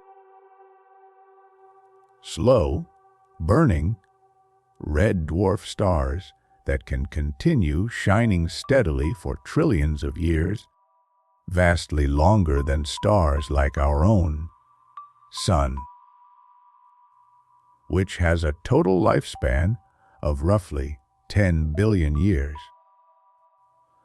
Over unimaginable spans of time, even these will eventually fade, one by one, their nuclear fuel finally exhausted, leaving behind cooling embers. Dim, dense remnants called white dwarfs, and eventually, over trillions of years more, cold, dark objects sometimes called black dwarfs. A stage of stellar evolution so slow that current estimates suggest not a single black dwarf has actually had time to form anywhere in the universe yet, given how young the universe still is compared to the time scale required. I recognize this is far beyond anything that has any practical bearing on your life or the life of anyone you know, or honestly, the life of our species, or possibly even the life of our sun and planet. We're talking about timescales so vast they become almost meaningless in ordinary human terms. Hundreds of billions of years, trillions of years, spans of time that make the age of the universe so far, roughly 13.5 billion years, look comparatively brief. But I think there's something worth sitting within it anyway. Not because it should worry you. It shouldn't. It's far too distant and far too uncertain to carry any real weight. But because of the strange, quiet perspective it offers, the galaxy above your head tonight is not a fixed, unchanging backdrop to your life. It has a history, stretching back over 10 billion years, full of collisions and mergers and the slow, patient forging of the very atoms that make up your body. And it has a future too, stretching forward, changing gradually, merging with its neighbor, slowly using up its fuel, evolving into something different from what it is now. Over timescales so long that the difference between your entire lifetime and a single second becomes almost impossible to distinguish. And somewhere in the middle of all that vastness, for one brief, improbable moment, here you are. A collection of atoms forged in the hearts of long-dead stars, arranged through billions of years of chance and chemistry and evolution into something capable of lying quietly in a dark room, thinking about the galaxy that made it. Let's come back now, gently, to a smaller and more familiar scale. Let's come back to the sky itself, the one you might actually be able to step outside and see if you were somewhere dark enough, far from the glow of city lights.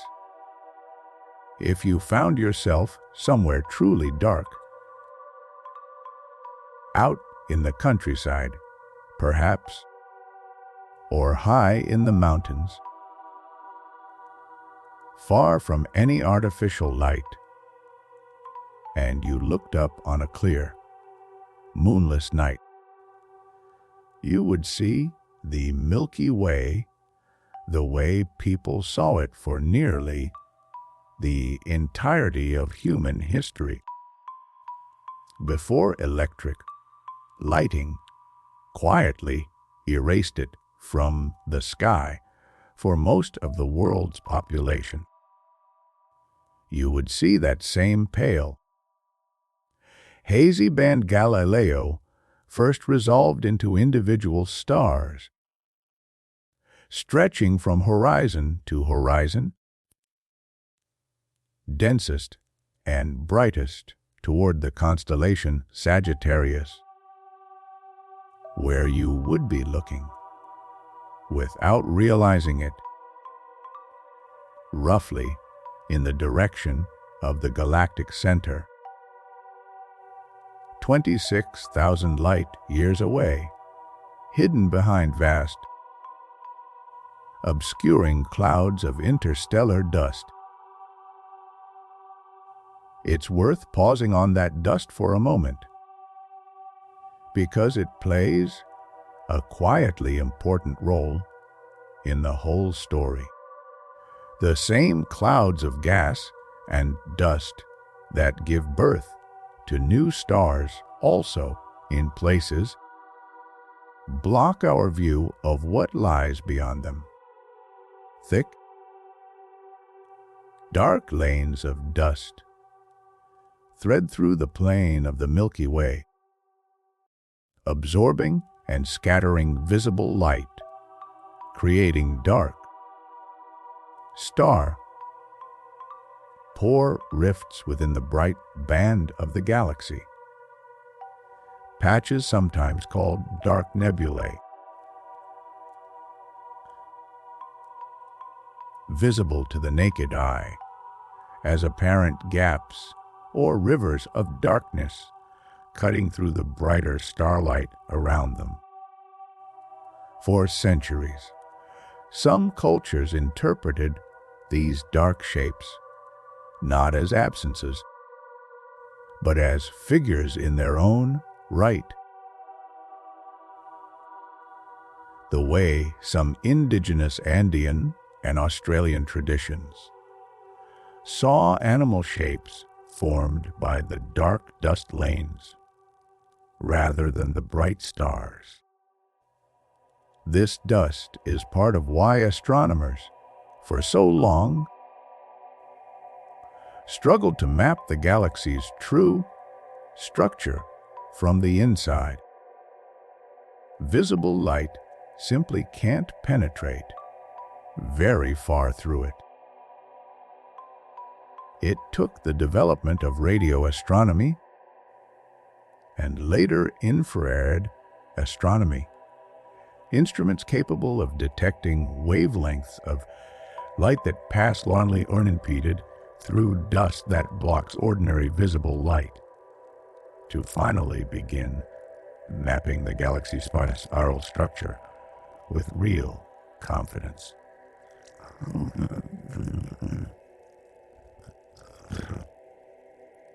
Light.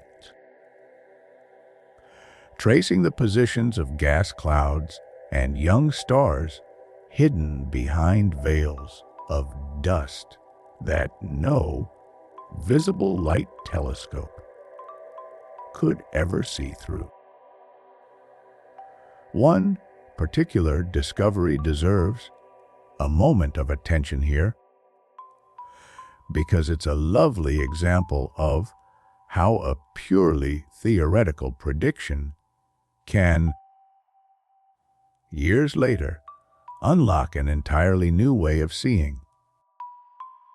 In 1944, a young Dutch astronomy student named Hendrik van de Hulst,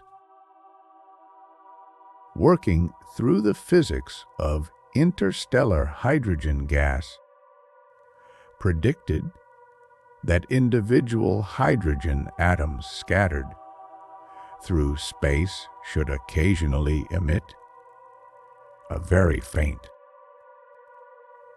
very specific wavelength of radio light, produced by an extraordinarily subtle shift in the atom's internal structure, a wavelength of just over 21 centimeters. At the time, it was a purely mathematical prediction, with no instrument yet capable of confirming it. Less than a decade later, in the early 1950s, radio astronomers in the Netherlands, the United States, and Australia independently succeeded in actually detecting this faint 21 centimeter signal coming from hydrogen gas scattered throughout the galaxy. And because this particular wavelength of radio light passes almost completely unhindered through the same dust clouds that block ordinary visible light, it gave astronomers something they had never had before: a way to trace the distribution of gas all the way across the galaxy, including regions on the far side of the galactic center, entirely hidden from any visible light telescope. It was, in a very real sense, the first time humanity was able to look straight through the Milky Way's dust and begin sketching the actual shape of its spiral arms, rather than simply guessing at a structure we could only ever see in fragments. There's something quietly satisfying in that sequence of events. A young student, 4, working out the implications of quantum physics on paper, predicts a signal so faint it seemed almost theoretical. A handful of research teams around the world spend years building instruments sensitive enough to actually listen for it. And when they finally succeed, an entirely new map of our galaxy begins, quite literally, to come into focus, not through a photograph, but through the patient act of listening to a whisper of radio light. drifting toward Earth from hydrogen atoms, scattered across 100,000 light years of space, and more recently, out 4. Phil 4. One particular spacecraft has done more than perhaps any other single instrument to reveal the true shape and history of our galaxy. Its name is Gaia, launched by the European Space Agency in 2013. And its mission, remarkably, has been to do something almost absurdly ambitious: to precisely measure the position, distance, and motion of well over 1 billion individual stars within our galaxy, creating the most detailed 3-dimensional map of the Milky Way ever assembled. It's Gaia's data that revealed those ancient streams of stars we talked about earlier, the fossilized remnants of long ago galactic mergers. It's Gaia's data that has allowed astronomers to trace, with increasing precision, the true shape of our galaxy's spiral arms, its warped and twisted outer disk. Because, it turns out, the outer regions of the Milky Way's disk aren't perfectly flat at all, but gently warped, curving upward on one side and downward on the other, like a slightly bent phonograph record.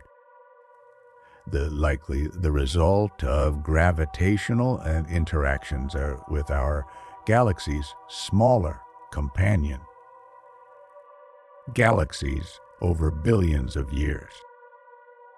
4. There's another, quieter piece of this story worth mentioning because it explains something you may have noticed yourself. Noticed yourself, even if you never quite put it into words. If you live in or near a city, there's a real chance you have never actually seen the Milky Way. Not really. Not the way that shepherd in the field would have seen it, or the way Polynesian navigators would have read it like a chart. Artificial light spilling upward from streetlights and buildings and passing cars, scatters through the atmosphere and washes out the faint light of the galaxy's more distant stars. The same way a bright room makes it hard to see a dim lamp glowing in the corner. For astronomers sometimes use a rough measure called the Bortle scale to describe how much of the night sky is still visible from a given location, running from the deepest, darkest wilderness skies where the Milky Way casts a faint shadow on the ground,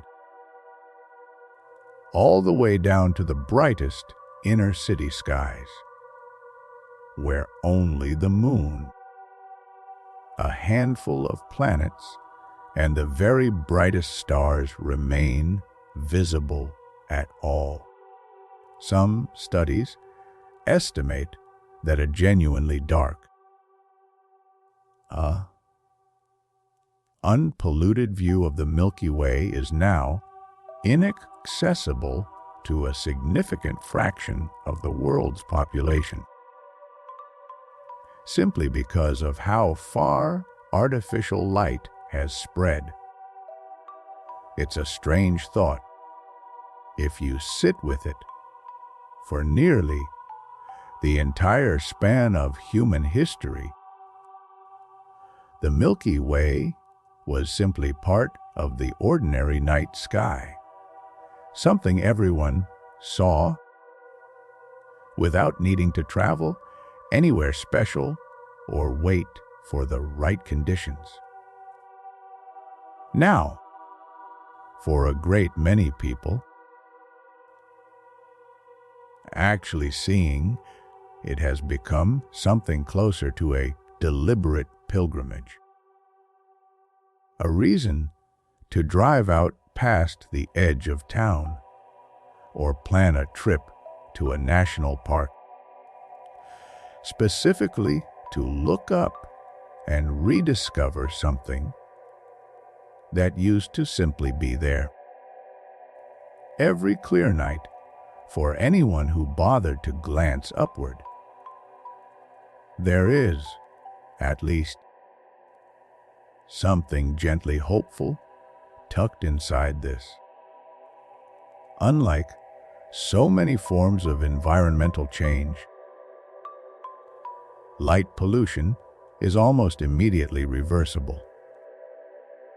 Turn the lights off or shield them so they point downward instead of scattering uselessly into the sky. And the stars simply return the same night with no need for decades of slow ecological healing. For a handful of communities around the world have taken this seriously enough to actively protect their darkness, adopting lighting ordinances and earning official recognition as dark sky places, preserving small pockets of true night for anyone willing to travel to them. It's a small, quiet kind of conservation, protecting not a forest or a river, but simply the ordinary, ancient experience of looking up and actually seeing where you live. Little by little, mission by mission, telescope by telescope, astronomers have been assembling this picture.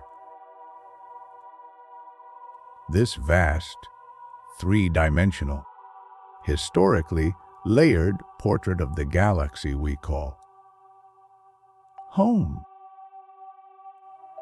Built not from a single grand photograph, since we'll likely never have the ability to step outside our galaxy and take one, but from an accumulation of countless small measurements, patiently gathered over more than a century, each one adding a little more detail, a little more nuance, to a structure so large that even now, after everything we've discussed tonight, our understanding remains incomplete in places, still evolving, still being refined. I find something quietly moving in that incompleteness. We don't have the whole picture. We may never have the whole picture, not entirely. And yet what we do have, this rich, detailed, hard-won understanding of a structure so vast it takes light 100,000 years to cross it, represents one of the great ongoing achievements of human curiosity. Not the work of any single person, but the accumulated effort of astronomers across centuries and countries and generations, each one adding a small piece to a picture none of them will live to see completed. Let's return, before we close, to the question we opened with, the one sitting quietly beneath everything we've talked about tonight. What is the Milky Way, really? It's a spiral disk of hundreds of billions of stars,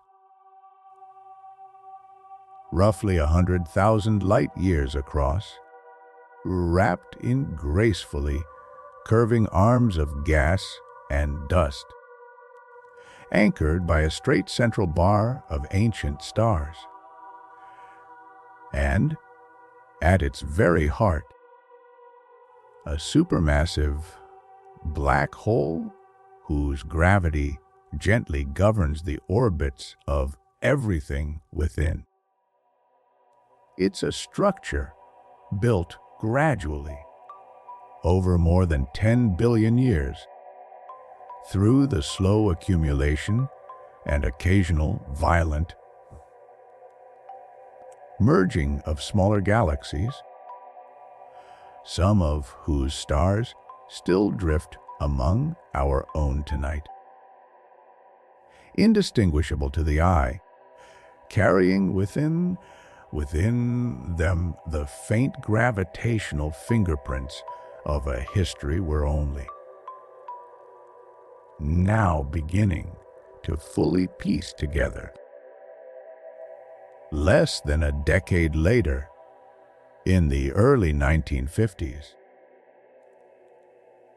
radio astronomers in the Netherlands, the United States, and Australia independently succeeded in actually detecting this faint 21-centimeter signal coming from hydrogen gas scattered throughout the galaxy. And because this particular wavelength of radio light passes almost completely unhindered through the same dust clouds that block ordinary visible light, it gave astronomers something they had never had before: a way to trace the distribution of gas all the way across the galaxy, including regions on the far side of the galactic center, entirely hidden from any visible light telescope. It was, in a very real sense, the first time humanity was able to look straight through the Milky Way's dust and begin sketching the actual shape of its spiral arms, rather than simply guessing at a structure we could only ever see in fragments. There's something quietly satisfying in that sequence of events. A young student, 4, working out the implications of quantum physics on paper, predicts a signal so faint it seemed almost theoretical. A handful of research teams around the world spend years building instruments sensitive enough to actually listen for it. And when they finally succeed, an entirely new map of our galaxy begins, quite literally, to come into focus. Not through a photograph, but through the patient act of listening to a whisper of radio light. drifting toward Earth from hydrogen atoms, scattered across 100,000 light years of space. And more recently, PHOAGE, one particular spacecraft, has done more than perhaps any other single instrument to reveal the true shape and history of our galaxy. Its name is Gaia, launched by the European Space Agency in 2013. And its mission, remarkably, has been to do something almost absurdly ambitious: to precisely measure the position, distance, and motion of well over 1 billion individual stars within our galaxy, creating the most detailed 3-dimensional map of the Milky Way ever assembled. It's Gaia's data that revealed those ancient streams of stars we talked about earlier, the fossilized remnants of long ago galactic mergers. It's Gaia's data that has allowed astronomers to trace, with increasing precision, the true shape of our galaxy's spiral arms, its warped and twisted outer disk. Because, it turns out, the outer regions of the Milky Way's disk aren't perfectly flat at all, but gently warped, curving upward on one side and downward on the other, like a slightly bent phonograph record. The result of gravitational interactions with our galaxy's smaller companion galaxies over billions of years. 4. There's another, quieter piece of this story worth mentioning because it explains something you may have noticed yourself. Noticed yourself, even if you never quite put it into words. If you live in or near a city, there's a real chance you have never actually seen the Milky Way. Not really. Not the way that shepherd in the field would have seen it, or the way Polynesian navigators would have read it like a chart. Artificial light spilling upward from streetlights and buildings and passing cars, scatters through the atmosphere and washes out the faint light of the galaxy's more distant stars. The same way a bright room makes it hard to see a dim lamp glowing in the corner. For astronomers sometimes use a rough measure called the Bortle scale to describe how much of the night sky is still visible from a given location, running from the deepest, darkest wilderness skies where the Milky Way casts a faint shadow on the ground, all the way down to the brightest inner city skies, where only the moon, a handful of planets, and the very brightest stars remain visible at all. Some studies estimate that a genuinely dark, unpolluted view of the Milky Way is now inaccessible to a significant fraction of the world's population. simply because of how far artificial light has spread. It's a strange thought, if you sit with it.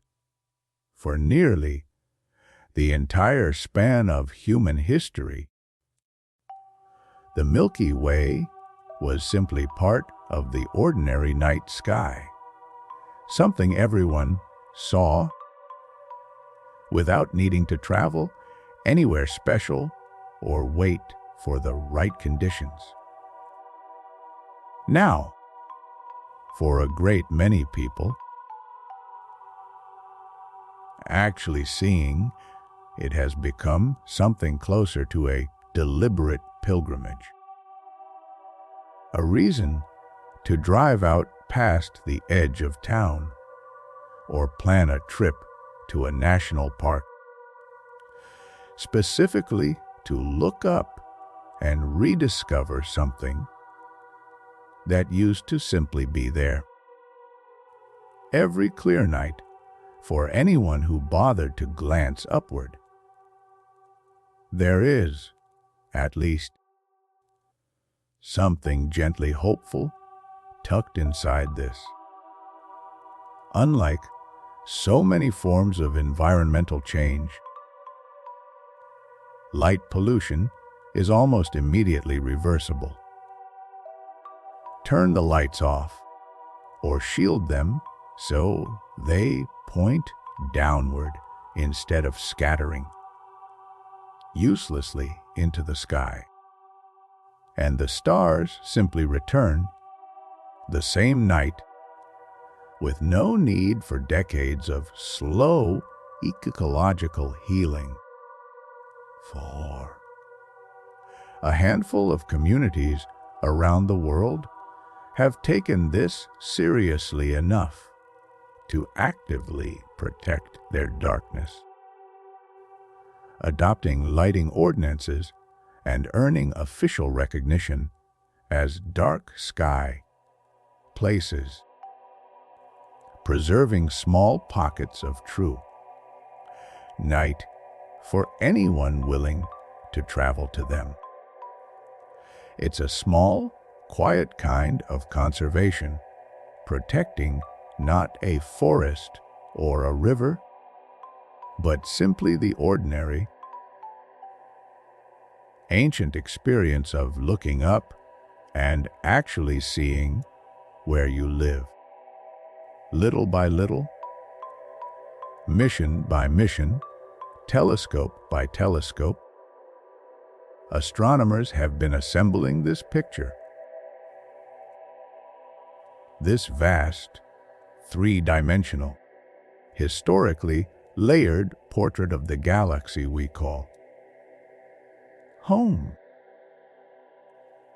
Built not from a single grand photograph, since we'll likely never have the ability to step outside our galaxy and take one, but from an accumulation of countless small measurements, patiently gathered over more than a century, each one adding a little more detail, a little more nuance, to a structure so large that even now, after everything we've discussed tonight, our understanding remains incomplete in places, still evolving,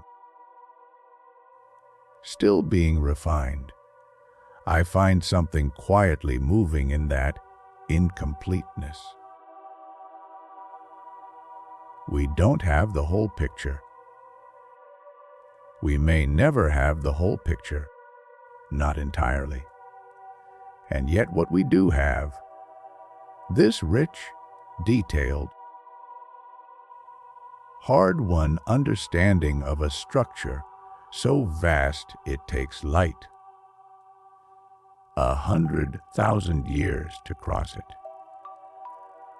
represents one of the great ongoing achievements of human curiosity. Not the work of any single person, but the accumulated effort of astronomers across centuries and countries and generations, each one adding a small piece to a picture none of them will live to see completed. Let's return, before we close, to the question we opened with, the one sitting quietly beneath everything we've talked about tonight. What is the Milky Way, really?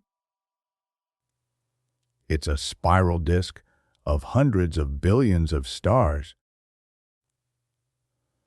roughly 100,000 light years across, wrapped in gracefully curving arms of gas and dust, anchored by a straight central bar of ancient stars. And, at its very heart, a supermassive black hole whose gravity gently governs the orbits of everything within. It's a structure built gradually, over more than 10 billion years, through the slow accumulation and occasional violent merging of smaller galaxies, some of whose stars still drift among our own tonight. Indistinguishable to the eye, carrying within them the faint gravitational fingerprints of a history we're only now beginning to fully piece together. It's a vast, ongoing recycling system, forging heavy elements deep within the cores of dying stars, scattering them outward in brilliant explosions, seeding new generations of stars and planets with the very material that would, on at least one small world, eventually become soil and ocean and air and, improbably, you. It's a galaxy caught in an impossibly slow gravitational dance with its nearest large neighbor, destined billions of years from now to merge into a single, larger structure when its stars gently reshuffled into new orbits around a newly formed galactic center. And it's also, quite simply, the pale band of light you might glimpse on a clear night, far from the glow of any city. The same hazy river ancient shepherds and sailors once looked up at and wondered about, having no way of knowing that they, too, were standing somewhere inside it. We are not observers of the Milky Way, watching it from some safe distance. We are part of it, woven into it, made from its recycled material, carried along by its rotation, held gently in orbit by the same gravity that shapes its spiral arms and governs the stars, swirling around its distant, invisible black hole. For you've been lying in this room the entire time we've been talking, and yet you have also, this whole time, been moving through the galaxy at over 100 miles a second, carried along by a planet orbiting a star, drifting through a spiral arm, all of it unfolding in near total silence. far too vast and far too slow for any of us to actually feel. That's the strange, quiet truth sitting above your ceiling tonight. Not a fixed backdrop, not a static painting of scattered light.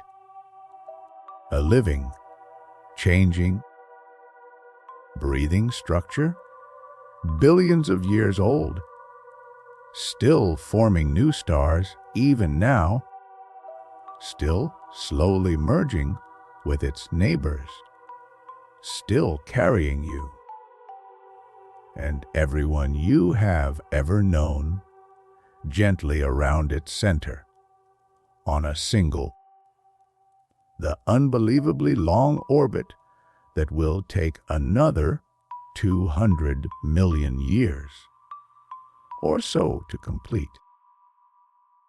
You won't be here to see it finish. Neither will your children, or their children, or anyone who will ever know your name. And that's all right. That was never really the point. The point, I think, is simply this. For one brief, quiet moment, in one small corner of an almost unimaginably vast galaxy, you got to exist. You got to lie here, in the dark, and think about where you actually are. And now, having done that, having traveled in your imagination all the way out to the edge of the galaxy and the shadow of its ancient black hole, and all the way back again, there's nothing left to do but let it go. Let the galaxy keep turning slowly, silently, the way it always has. Let your thoughts grow quieter now. For the way the night sky does when the last light finally fades from the horizon. You're exactly where you're supposed to be. Held gently by gravity, by starlight, by 100 billion stars quietly turning overhead. Sleep well.